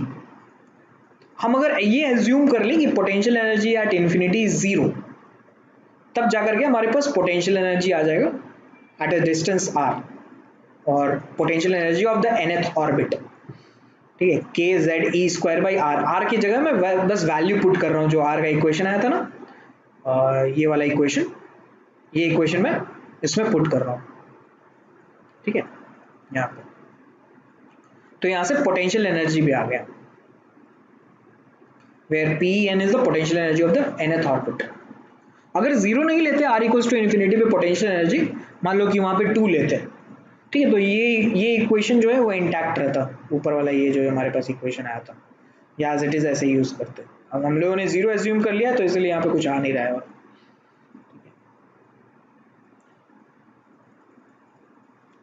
सो अगर potential energy at infinity is not equal to zero, then potential energy is this much जो आया था, plus potential energy at infinity, ठीक है। इस तरीके से value जो है हमारा बनेगा। तो ये हमारा पोटेंशियल एनर्जी का जो है वो इक्वेशन है। यहाँ पे आप देख सकते हो कि potential energy is directly proportional to z square by n square। हमारे पास अभी r का इक्वेशन आया था, r is directly proportional to n square by z, velocity का आया था z by n। तो आपको दो ही चीज का याद रखना है, r का याद रखना, वेलोसिटी का याद रखना है। एनर्जी क्या होगा, energy will be in the order of half M V square, kinetic energy और वेलोसिटी का यही रिलेशन है ना। तो जो एनर्जी का आएगा आपका, काइनेटिक एनर्जी का जो आएगा वही पोटेंशियल एनर्जी का आएगा, उसी से याद रख लेना, velocity is Z by N, V square Z square by N square. Similarly kinetic energy का भी वही आएगा, Z square by N square, potential energy का भी वही आएगा, Z square by N square, right. So kinetic energy of electron कैसे निकालेंगे, हाफ एम वी स्क्वायर, यहाँ पे डायरेक्ट एज इट इज में वेलोसिटी का जो इक्वेशन आया था हमारे पास ऊपर में, उसको पुट कर देना, which is 2 pi K Z E square by N H का होल स्क्वायर, ठीक है। तो यहाँ से आपके पास काइनेटिक एनर्जी का इक्वेशन आ जाएगा।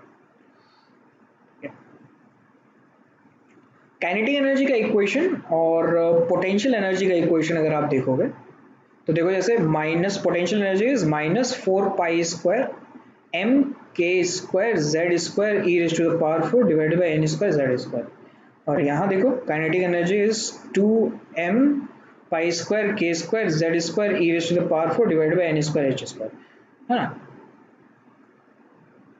तो काइनेटिक एनर्जी और पोटेंशियल एनर्जी भी रिलेटेड है। कैसे रिलेटेड है कि भाई अगर हम लोग पोटेंशियल एनर्जी डिवाइडेड बाई 2 लिखेंगे तो that will be minus of kinetic energy, या फिर kinetic energy will be minus of half potential energy by 2, ठीक है। टोटल एनर्जी क्या होगा हमारा, टोटल एनर्जी होगा potential energy plus kinetic energy. Potential energy का वैल्यू रखा, काइनेटिक एनर्जी का वैल्यू रखा, टोटल एनर्जी भी आ गया हमारे पास। So total energy will be equals to minus of the kinetic energy, right. ये हमारे पास रिलेशन आ गया, ठीक है। जब हम लोग सारे इक्वेशंस में कांस्टेंट का टर्म रख देंगे तो total energy will be minus 13.6 Z square by N square electronic volt, या फिर इसको जूल में भी लिख सकते हैं, minus 2.18 into 10 to the power minus 18 Z square by N square joule, ठीक है। और कन्वर्जन के लिए हम लोग यूज कर सकते हैं 1 इलेक्ट्रॉनिक वोल्ट, आई गेस हम लोगों ने पहले भी डिस्कस किया हुआ है, फिर से लिख देते हैं 1.6 into 10 to the power minus 19 joule. ये कन्वर्जन के लिए हम लोग यूज कर सकते हैं, ठीक है। सो अगर मान लो कि हाइड्रोजन एटम के लिए देखते हैं, हाइड्रोजन एटम के लिए अगर n इक्वल्स टू 1 है तो R1 हो जाएगा आपका 0.529 आर्मस्ट्रॉन्ग। बस मैं वैल्यू पुट कर रहा हूँ, है ना। R जो है, R is directly proportional to n square by z. Velocity is directly proportional to z by n. Kinetic energy is directly proportional to z square by n square. Potential energy is directly proportional to z square by n square. Total energy is also directly proportional to z square by n square. Velocity आ गया हमारे पास 2.18 into 10⁻⁶। Total energy भी इतना ही आ जाएगा। देख लो, आप value put किया हुआ है मैंने यहाँ पे, कुछ गड़बड़ हो तो बताना।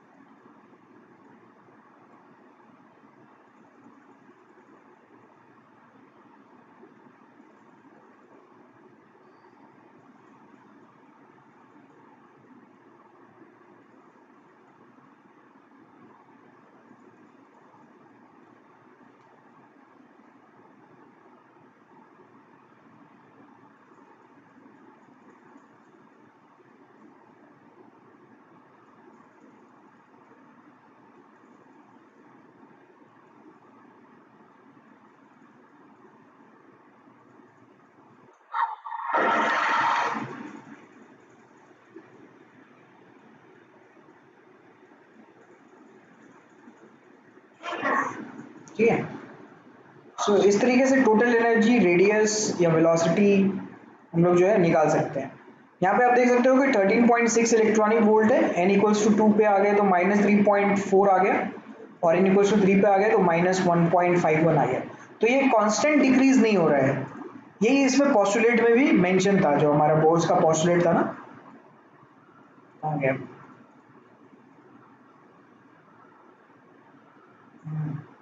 The energy change does not take place in a continuous manner.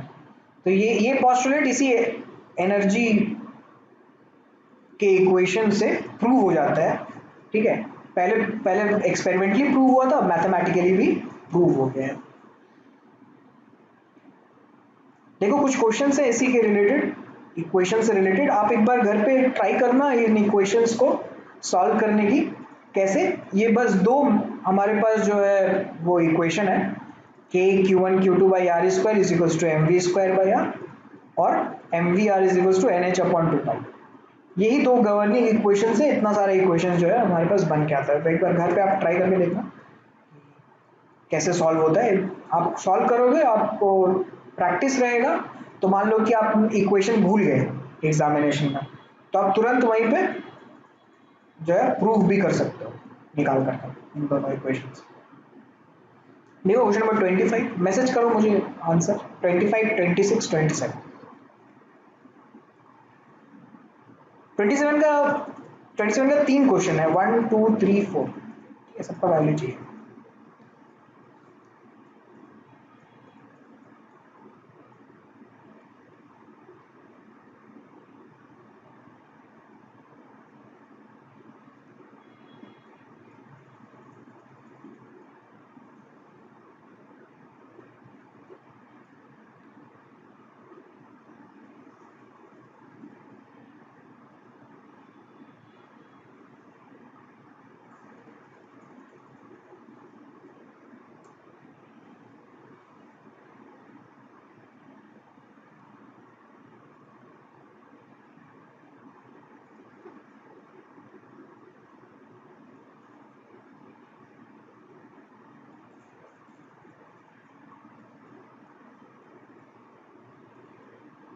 Very good, चलो सही है, सब लोगों का सेम आ रहा है, बहुत बढ़िया।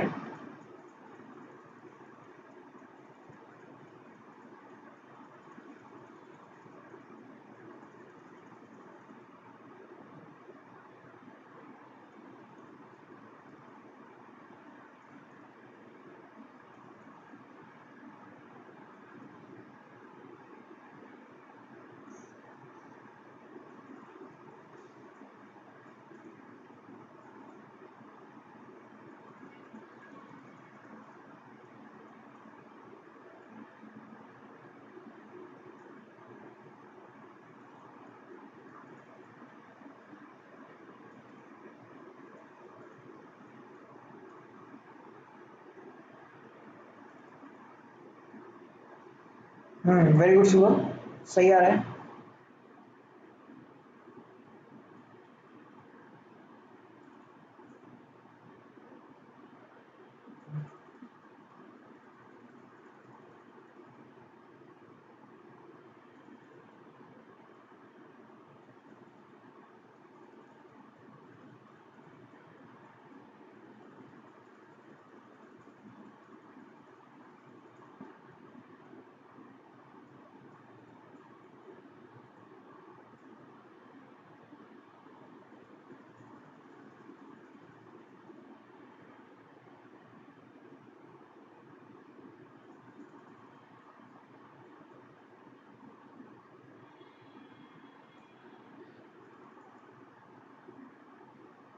वैभव, क्वेश्चन नंबर 26 का चेक करो एक बार कैलकुलेशन.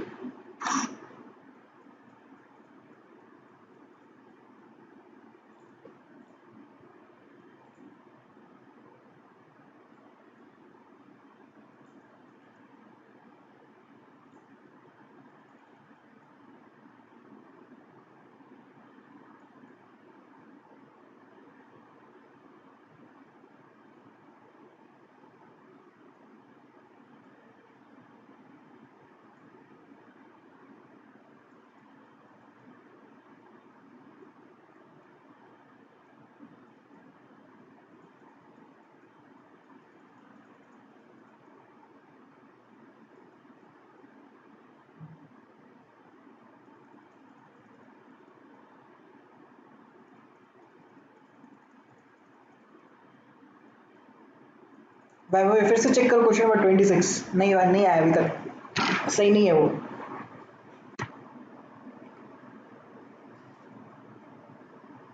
यस श्रुति, और absolutely right.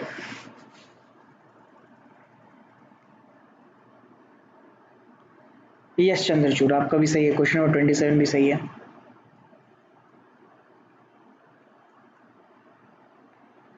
Shubham, you are right to question number 26. Now you are right, है ना. तो इन्वर्सली रिलेटेड होगा ना, इसीलिए. तो फर्स्ट जैसे 25 का अगर हम लोग देखेंगे, तो ratio of the velocity, velocity जैसे मैंने बोला, that is velocity is directly proportional to z by n, right?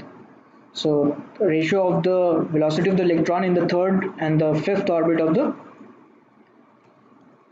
lithium plus 2, so velocity of the third divided by velocity of the fifth, तो ये 5/3 आ जाएगा. तो ये 25 का बी आ जाएगा. 26 का है कि the ratio of the first orbit of the radius of the helium. Yes, Shruti, you're absolutely right. So helium or lithium, so radius of helium plus and radius of lithium plus 2. So radius is directly proportional to n square by z. तो n तो same है, तो z का relation होगा z of lithium plus 2 divide by z of helium plus, जो कि आपका हो जाएगा 3/. फिर क्वेश्चन नंबर 27 में वी नो कि kinetic energy is equal to minus potential energy by 2. ठीक है, तो ये आपका ए आ जाएगा. ये रिलेशन देखो, potential energy by 2 is equals to minus kinetic energy, right. तो kinetic energy by potential energy is equals to minus half.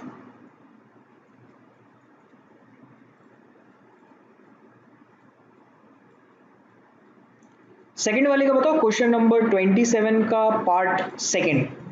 ये potential energy plus 2 kinetic energy कितना आएगा ये?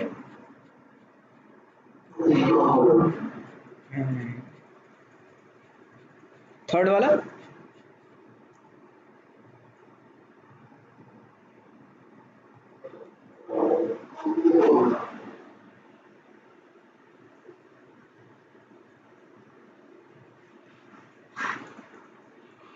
और फोर्थ वाला बताओ.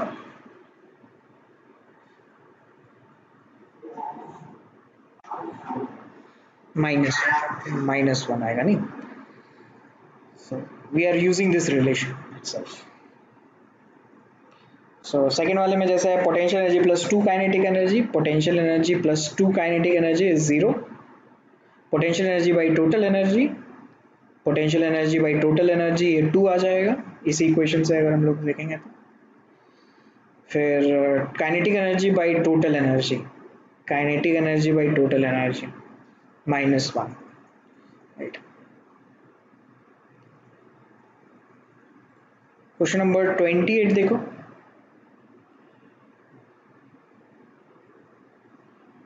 चैट में दिखना आंसर जो भी है.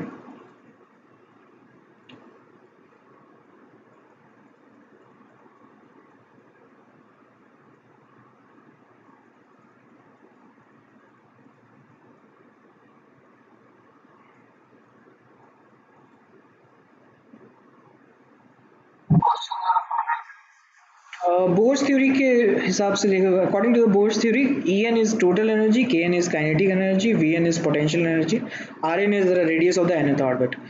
सो बोल रहे हैं कि if V N by K N का स्क्वायर इज एक्स, ठीक है, जो भी आया वी एन बाई के मतलब potential energy by kinetic energy का स्क्वायर एक्स है, R N is directly proportional to E N to the power Y. ठीक है, R N is directly proportional to E N to the power Y. One by R N is directly proportional to Z to the power P. तो x plus Y divided by P कितना होगा.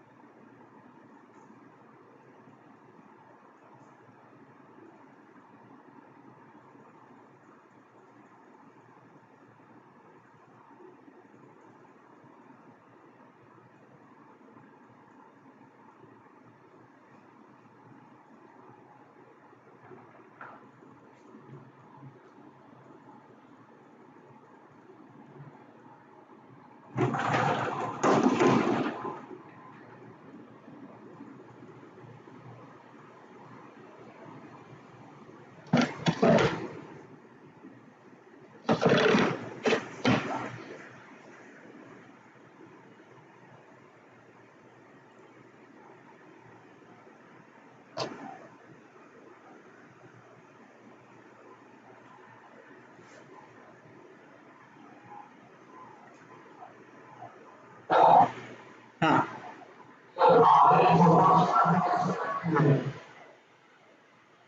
Are N is क्या आ रहा है, R N is proportional to. हाँ हाँ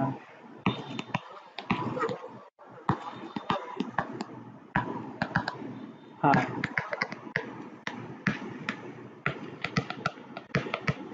हाँ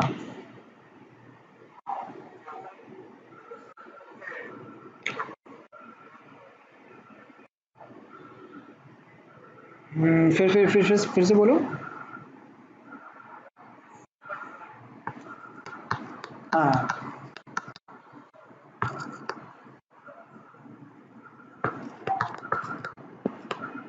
अच्छा, आई गेस आप इसके बारे में बोल रहे हो क्या, इसके इसके बारे में. अच्छा, ये दिया, ये जो दिया हुआ है आपका इसमें. अच्छा, एक मिनट, मैं समझ रहा हूँ आपका जो डाउट है, मैं समझ गया क्या है. इसमें जो वेरिएबल हम लोगों की कंसर्न है, हम लोग उसी को वेरिएबल मानेंगे, बाकी जो भी वेरिएबल आ रहा है उसको कांस्टेंट मान लेंगे. तो जैसे मैं सेकंड वाला बता देता हूँ कि अगर आपका R N is directly proportional to E to the power N है, ठीक है, तो क्या करें इसमें.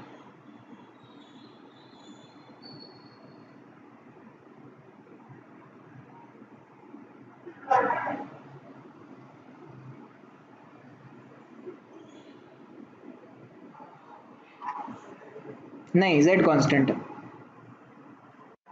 हाँ। हम्म।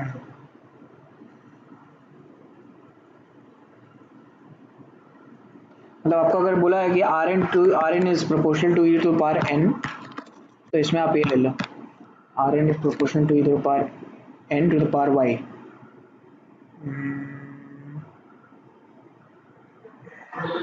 वाई -1 आएगा।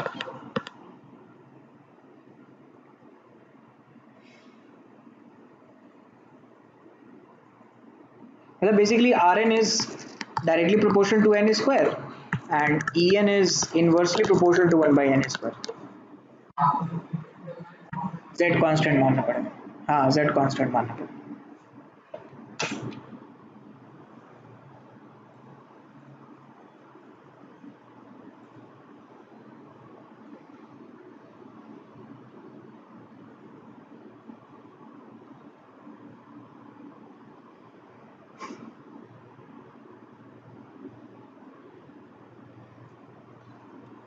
x क्या आएगा? 1/4 आ रहा है। x क्या आ रहा है? x4 आ रहा है ना? ठीक है। y तो -1 आ गया। p क्या आ रहा है? 1।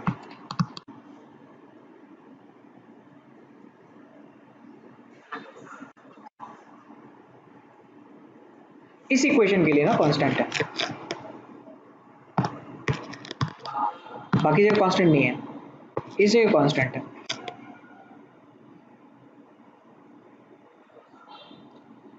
जैसे देखो देखो, जो जो मुझे इक्वेशन दिया हुआ है, जिस इक्वेशन में जो वेरिएबल दिया हुआ है वो मेंशन है ना? जैसे ये वाला निकाला मैंने, n सिर्फ n की बात कर रहे हैं तो n वेरिएबल है। अब जब z की बात कर रहे हैं तो फिर z वेरिएबल नहीं है।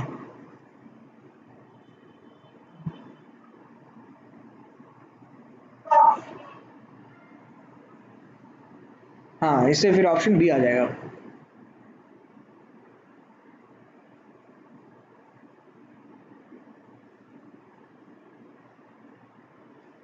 ठीक है, चलो नेक्स्ट आते हैं। नेक्स्ट थोड़ा कॉलम बेस्ड है, क्वेश्चन नंबर 29 और 30।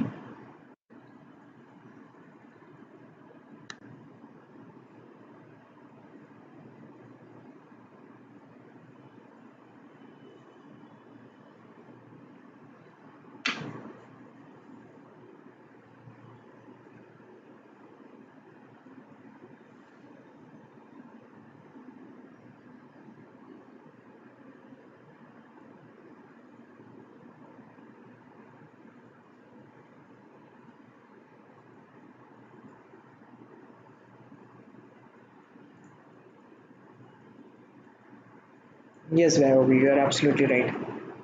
चंद्रचूड़ आपका भी सही है। हाँ, 29 का क्या आ रहा है? p के साथ radius is directly proportional to n square आएगा। ठीक है, जो p के साथ दिया जाएगा। और 30 का?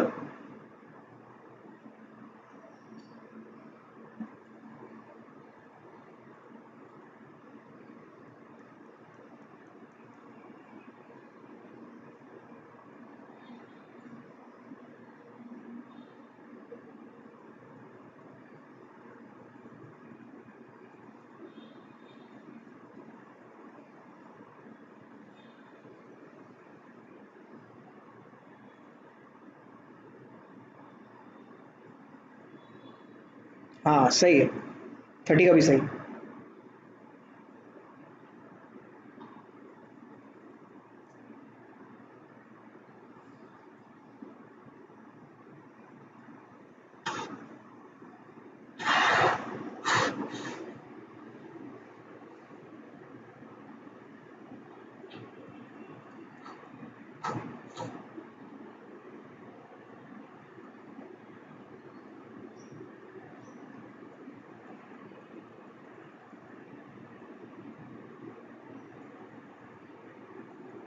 30 का आ रहा है।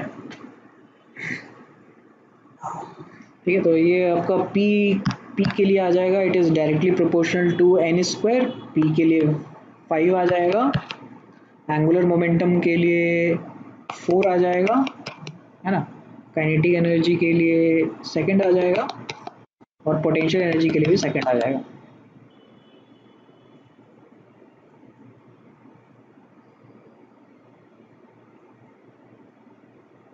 Angular momentum is M V R is equal to N H upon 2 pi ना, तो angular momentum directly proportional to N.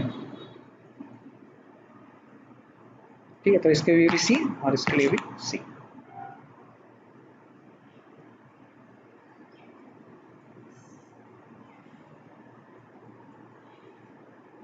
चलो, तो ये क्वेश्चन जो है आपका जेई एडवांस का क्वेश्चन है, directly taken from that. Question number 31 देखो।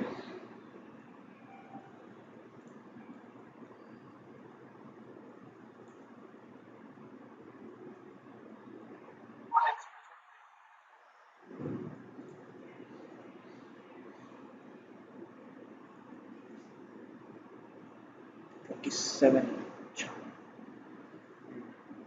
31।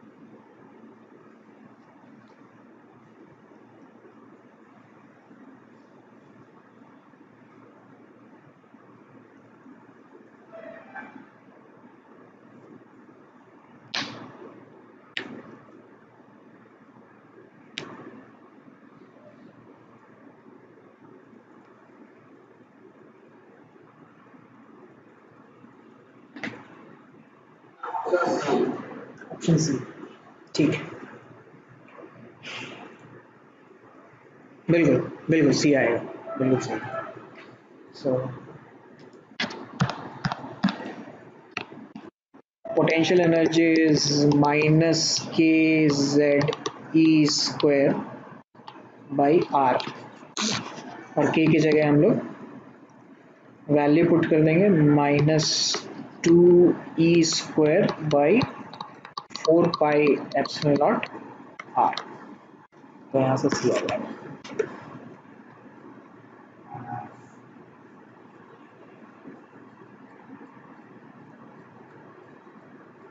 31 देखो, 32।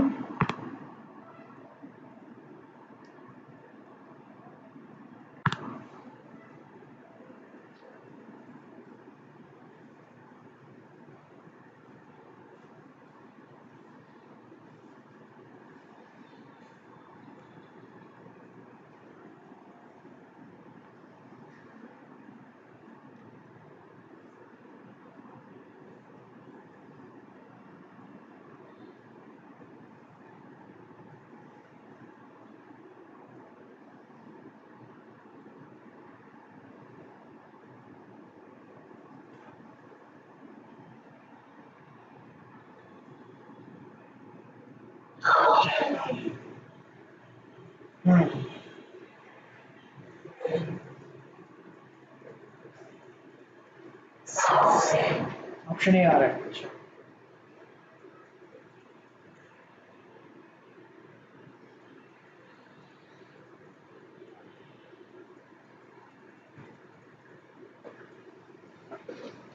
सबसे पहली बात तो टाइम पीरियड हम लोग को देखना पड़ेगा किससे रिलेटेड है, तो टाइम पीरियड अगर निकालना है, हाँ ठीक है, बराबर।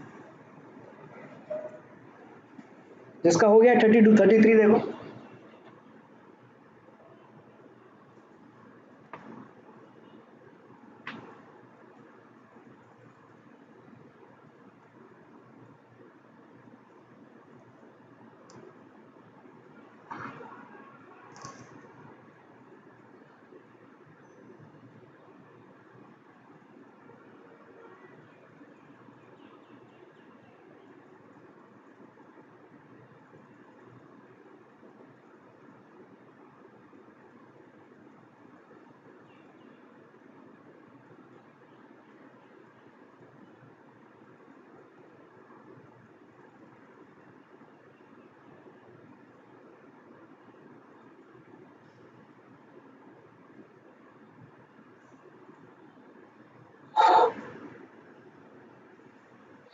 हाँ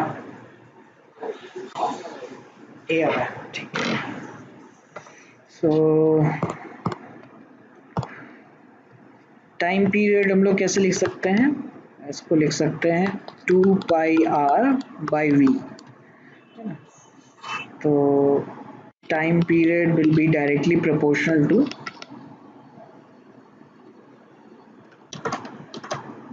are N square by Z, और वेलोसिटी होता है z by n।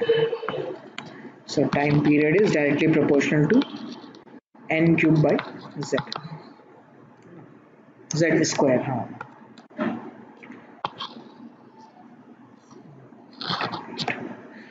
ठीक है। तो second orbit of hydrogen atom and third orbit of the helium ion, इसका निकालना हम लोगों को टाइम पीरियड ना।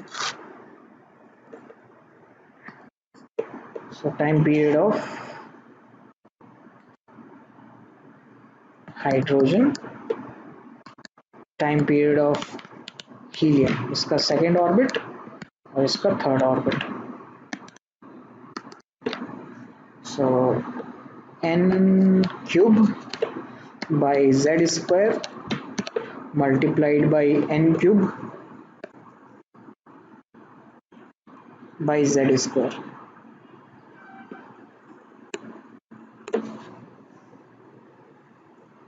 राइट, तो 2⁵ divided by 3⁵3 which is 32/27।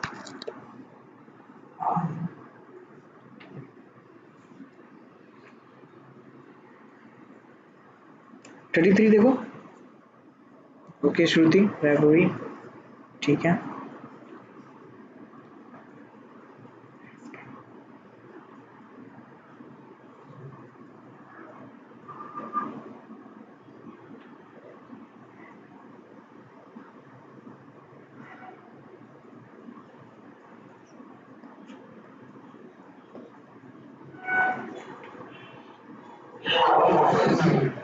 Option C आ रहा है, अच्छा बी आ रहा है, किसी का ए भी आ रहा है।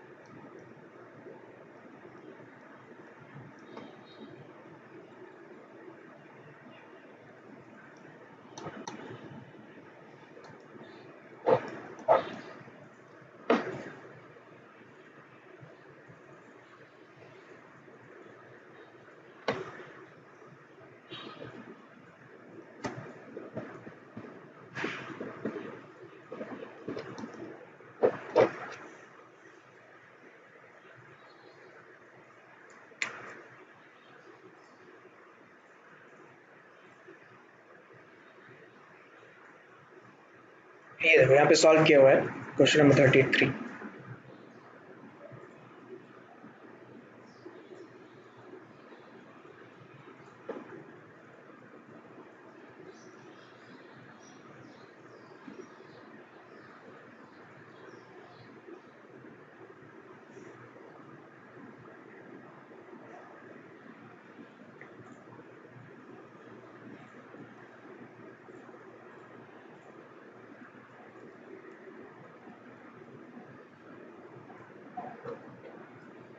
ठीक है, तो पोटेंशियल एनर्जी जो होगा वो -2 टाइम्स ऑफ काइनेटिक एनर्जी। तो इनिशियली अगर x था so that will B -2x, और फाइनली फिर x/4 इंटू -2।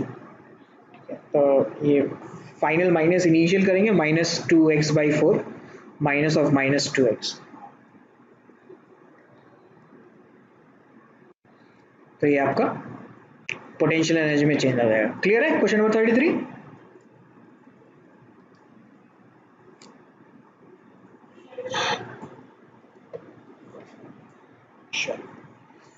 नेक्स्ट देखते हैं हम लोग line spectra of hydrogen. Line spectra of hydrogen कैसे आएगा, जब हम लोग हर एक ऑर्बिट का एनर्जी निकाल लेंगे तो उससे आएगा, देखो हर एक ऑर्बिट का यहाँ एनर्जी निकला हुआ है। n equals to 1 is known as the ground state, और n equals to 2 is known as the first excited state, n equals to 3 is the second excited state, फिर ऐसे so on, third excited state, fourth excited state चलता जाएगा, ठीक है। सो n equals to 1 का energy जो आ रहा है आपका टोटल एनर्जी वो है -13.6 इलेक्ट्रॉनिक वोल्ट। सो टोटल एनर्जी का जो हमारा एक्सप्रेशन था दैट वाज -13.6 Z²/n², और ये इलेक्ट्रॉनिक वोल्ट में है, ठीक है। तो यहीं से मैंने कैलकुलेट किया सभी का total energy. So n equals to 1 के लिए -13.6, n equals to 2 के लिए -3.4, फिर -1.51, फिर -0.85, फिर -0.54, फिर -0.37, फिर -0.28, ऐसे सो ऑन चलता जाएगा ये। तो सबका डिफरेंस जैसे देखो, एनर्जी का डिफरेंस यहाँ पे है आपका 10.2, 13.6 से 3.4, फिर यहाँ एनर्जी का गैप है 1.89, ठीक है, -3.4 से -1.51, फिर यहाँ पे 0.66 का एनर्जी गैप है, यहाँ 0.31 का एनर्जी गैप है, यहाँ पे 0.17 का एनर्जी गैप है, यहाँ पे 0.09 इलेक्ट्रॉनिक वोल्ट का गैप है, ठीक है। तो ये इसी ट्रांजिशन से जो एनर्जी रिलेटेड है उसके कोरस्पॉन्डिंग जो लैम्डा आ रहा है वही हम लोग प्लॉट कर रहे हैं, है ना। So the energy of the lowest state is called the ground state. From Bose model से अगर हम लोग देखें तो एनर्जी अगर En देखें तो En का एक्सप्रेशन हम लोग ये लिख सकते हैं, similarly this is also the expression of En, ठीक है। और अगर हम लोग एनर्जी देखें the difference between N2 to N1 तो that will B E of N1 minus E of N2, ठीक है। वो उसको हम लोग दूसरे तरीके से भी निकाल सकते हैं कि जैसे सपोज हमारे पास En है, E of N2 is -13.6 Z²/N2², and E of N1 is -13.6 Z²/N1²। तो यहाँ से अगर हम लोग डेल्टा E निकालें तो that is E of N2 minus E of N1, -13.6 Z² common ले सकते हैं हम लोग, यहाँ से आ जाएगा E of N2² minus 1/N1², ठीक है। और इसको फ्रीक्वेंसी के टर्म्स में लिखेंगे या फिर लैम्डा के टर्म्स में लिखेंगे तो डेल्टा इज रिटन एज hc/लैम्डा, है ना। तो अगर मैं यहाँ पे वैल्यू पुट कर दूँ hc/लैम्डा और 1/लैम्डा का टर्म्स में निकालूँ तो ऐसे इक्वेशन आएगा। तो जो कांस्टेंट टर्म आएगा that constant term is known as Rydberg constant which is read as RH Z² 1/N1² minus 1/N2। ये नेगेटिव जो है वो डाइजेस्ट कर दिया अंदर ब्रैकेट में ले जाके, तो ये 1/N1² माइनस 1/N2² आ गया, ठीक है, which is nothing but this is wave number, 1/लैम्डा इज वेव नंबर, है ना। तो इसको बिल्कुल कॉम्प्लेक्स तरीके में जो हमारे जो ओरिजिनल इक्वेशन था वहीं से निकाल करके लिखा हुआ है।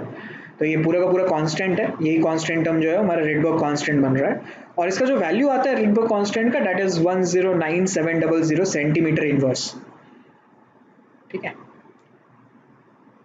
इन ट्रांजिशन का हम लोग जो है नेमिंग कर सकते हैं कि अगर ट्रांजिशन आपका n इक्वल्स टू समथिंग से n इक्वल्स टू 1 हो रहा है तो दैट इज लेमन सीरीज, ये सारा का सारा लेमन सीरीज है। ऐसे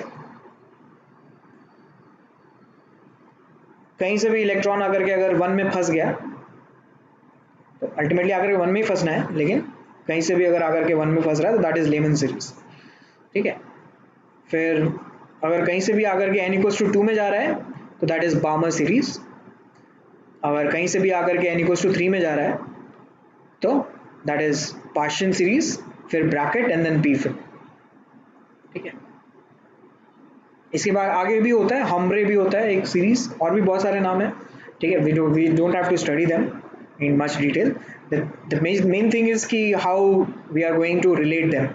ठीक है, so whenever it is written कि this transition belongs to Lehman series, that means कि इलेक्ट्रॉन जो है finally n equals to 1 में आ रहा है. That is belonging to Balmer series, finally electron n equals to 2 पे जा रहा है. तो इनका जो सीरीज है वो ऐसा है कि अगर कहीं से भी इलेक्ट्रॉन अगर के 1 में आ गया तो that belongs to ultra violet region. ठीक है, जब जब हमने इसका लैम्डा निकाला, delta E is equals to H C by lambda से लैम्डा कैलकुलेट करेंगे तो that lambda belongs to ultra violet region. Balmer series में विजिबल रेज मिलेगा हम लोगों को, पार्शियन में इंफ्रारेड, और बाकी जितने भी है सारे के सारे इंफ्रारेड मिलेंगे. ठीक है, सो यू कैन सी कि आपका जो एनर्जी गैप है वो n इक्वल्स टू 2 से n इक्वल्स टू 1, इतना एनर्जी गैप जो है उसका 10.2 इलेक्ट्रॉनिक वोल्ट है ना. टोटल एनर्जी है हमारा -13.6 एनर्जी या फिर 13.6 इलेक्ट्रॉनिक वोल्ट. तो अगर इलेक्ट्रॉन अगर आपका n इक्वल्स टू 1 में है, यहाँ से अगर इलेक्ट्रॉन को आपको एटम से पूरा बाहर निकालना है तो आप इसको 13.6 इलेक्ट्रॉनिक वोल्ट एनर्जी दे दो इलेक्ट्रॉन को, ये बाहर निकल जाएगा एटम के बाहर. ठीक है, उस 13.6 इलेक्ट्रॉनिक वोल्ट को हम लोग आयनाइजेशन एनर्जी भी बोल सकते हैं of the hydrogen atom, right. तो n इक्वल्स टू 1 से n इक्वल्स टू इन्फिनिटी निकालना है, एनर्जी कितना देंगे हम लोग 13.6, राइट. उस 13.6 में से मेजॉरिटी ऑफ द एनर्जी तो आपका n इक्वल्स टू 1 से n इक्वल्स टू 2 में जाने में लग जा रहा है, राइट. तो इस ट्रांजिशन का यहाँ से यहाँ अगर आया तो इस ट्रांजिशन का जो एच सी बाई लैम्डा होगा दैट इज 10.2 इलेक्ट्रॉनिक वोल्ट. तो ये लैम्डा सबसे कम होगा, है कि नहीं. जितना भी ट्रांजिशन होगा सबसे कम यही ट्रांजिशन होगा अगर मैं लेमन सीरीज की बात कर रहा हूं. ठीक है, फिर यहां से यहां जो ट्रांजिशन होगा इसके लिए हम लोग 1.89 is equals to H C by lambda लिख सकते हैं, है ना. ऐसे जो आपका लैम्डास है वो लैम्डास धीरे धीरे इंक्रीज होता जाएगा क्योंकि एनर्जी कैप आपका जो है वो कम होता जा रहा है. सो लेमन का जो फर्स्ट लाइन होता है या अल्फा लाइन होता है उसको हम लोग बोलते हैं जो 2 से 1 में आ रहा है, इलेक्ट्रॉन 2 से 1 में आया है तो that is the first line. ठीक है, मैं दिखा देता हूँ, ये ट्रांजिशन दिखाया हुआ है. So this is the alpha line,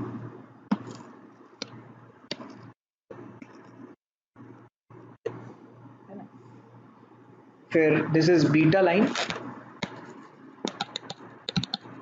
ऐसे चलते जाएगा, गामा लाइन ऐसे चलता जाएगा, और लास्ट में जो n इक्वल्स टू इन्फिनिटी से n इक्वल्स टू 1 तक आएगा उसको हम लोग कहेंगे लास्ट लाइन. लेमन का last line n equals to infinity से 1. लेमन ट्रांजिशन के लिए n2 से 1 कहीं से भी आए 1 में अटक जाए. ठीक है, तो उसके लिए वेव नंबर हम लोग कैलकुलेट कर सकते हैं. फर्स्ट लाइन का वेव नंबर है ये, एक मिनट में सही कर देता हूँ इसको. हाँ, लेमन का फर्स्ट लाइन के लिए वेव नंबर लिख सकते हैं हम लोग 109700 1/1 स्क्वायर माइनस 1/2 स्क्वायर. लेमन का लास्ट लाइन के लिए लिख सकते हैं wave number is equals to 109700 1/1 square minus 1/infinity square which is that is 0. ठीक है, किसी भी ट्रांजिशन के लिए लिख सकते हैं 109700 1/1 स्क्वायर माइनस 1/n2 स्क्वायर. ये हम लोग हाइड्रोजन एटम के लिए लिख रहे हैं. ठीक है,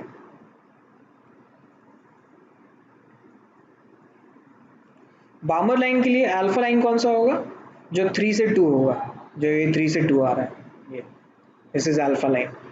फिर लास्ट लाइन कौन सा होगा, जो आपका n इक्वल्स टू इन्फिनिटी से 2 पे आया, सेकेंड लाइन या बीटा लाइन ये होगा. फिर आपका n इक्वल्स टू 2 से n इक्वल्स टू 3 के लिए ये लाइन, राइट. इस फिगर में आपको देख सकते हो कितने कलर दिखाई दे रहे हैं आपको. This is for hydrogen atom, this is transition in hydrogen atom. जो विजिबल रेंज में कलर है वो कितने कितने कलर दिख रहे हैं.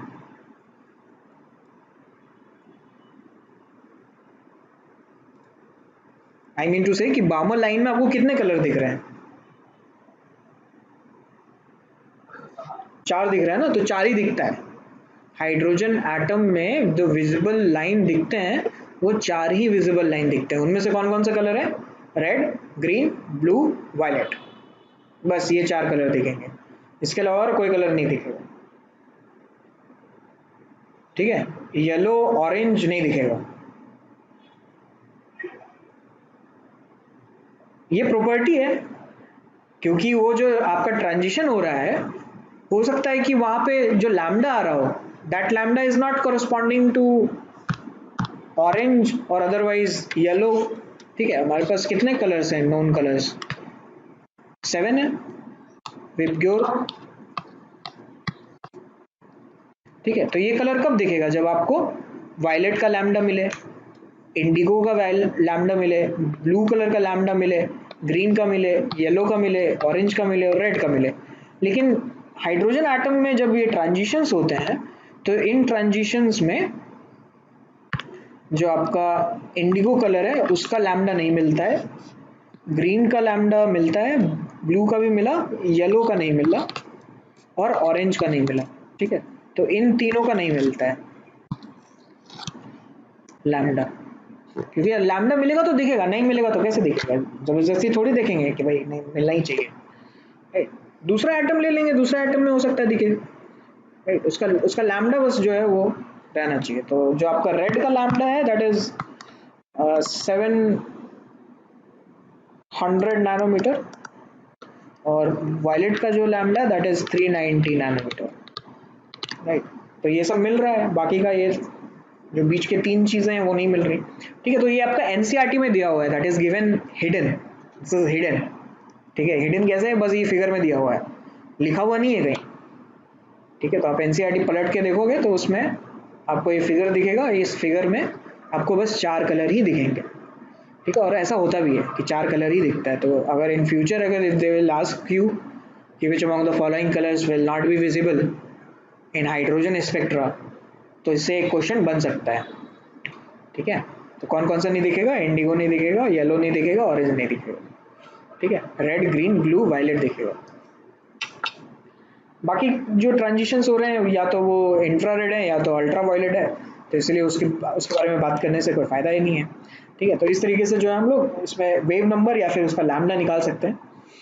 ठीक है, of all elements hydrogen atom has the simplest line spectra, and it is quite obvious कि सिंपलेस्ट क्यों है, because of the one electron one nuclear system. Line spectra becomes more and more complex for heavier atoms. Features which are common in all line spectra is कि सभी element का line spectra unique होगा, दो element का line spectra same नहीं होता है। ठीक है, and there is regularity in the line spectra of each element. Regularity in which way, कि लैम्डास के टर्म्स में, कि हाइड्रोजन में अगर जो लैम्डा मिल रहा है वो दूसरी जगह लैम्डा आपको नहीं मिल रहा होगा, या फिर जो आपका लैम्डा प्लॉट हो रहा है स्क्रीन पे वो आपको ऐसे दिखेगा।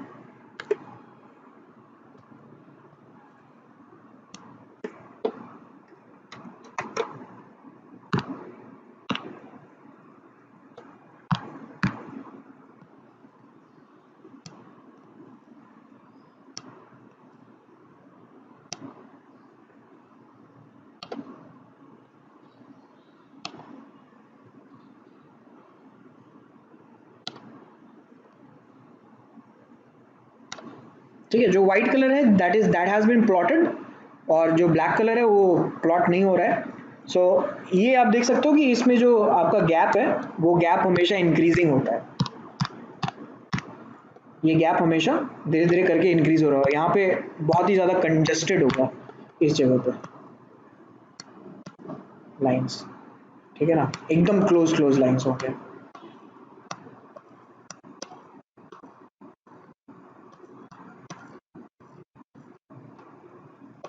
फिर धीरे धीरे जो है उसका डिस्टेंस जो है वो बढ़ता जाएगा, और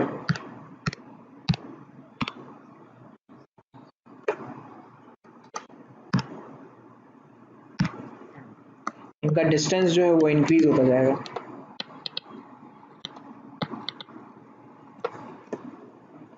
ऐसा स्पेक्ट्रम हम लोगों ने देखा भी था, वहाँ हमने एक बात डिस्कस नहीं करी थी, जब हम लोग लाइन स्पेक्ट्रा, एमिशन स्पेक्ट्रा और एब्जॉर्प्शन स्पेक्ट्रा देख रहे थे, तो वहाँ पे भी जो स्पेक्ट्रा प्लॉट हुआ था वो ऐसे ही प्लॉट हुआ था, देखो।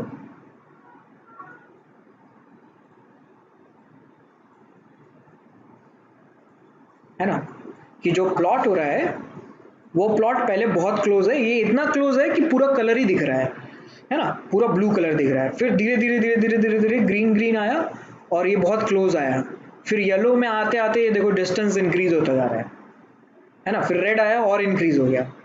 ठीक है, तो ये ऐसे ही चलता जाएगा, राइट, इसी को हम लोग कहते हैं लाइन स्पेक्ट्रम। ठीक है, this is line spectrum. Line spectrum ऐसे ही प्लॉट होता है, पहले पहले डिस्टेंस बहुत कम होता है, फिर डिस्टेंस धीरे धीरे बढ़ता रहता है। ठीक है,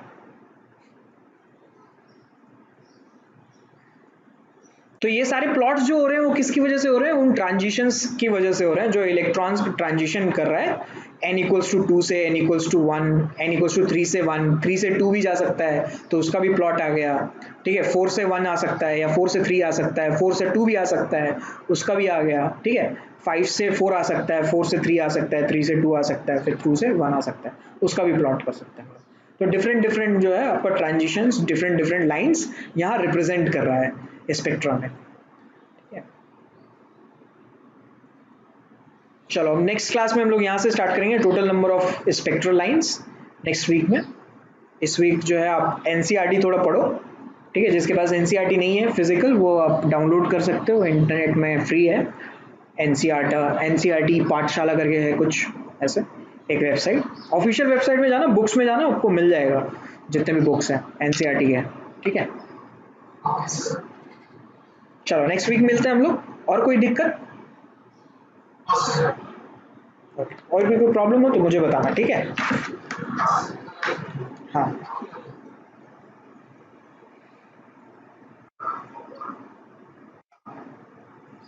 हम्म,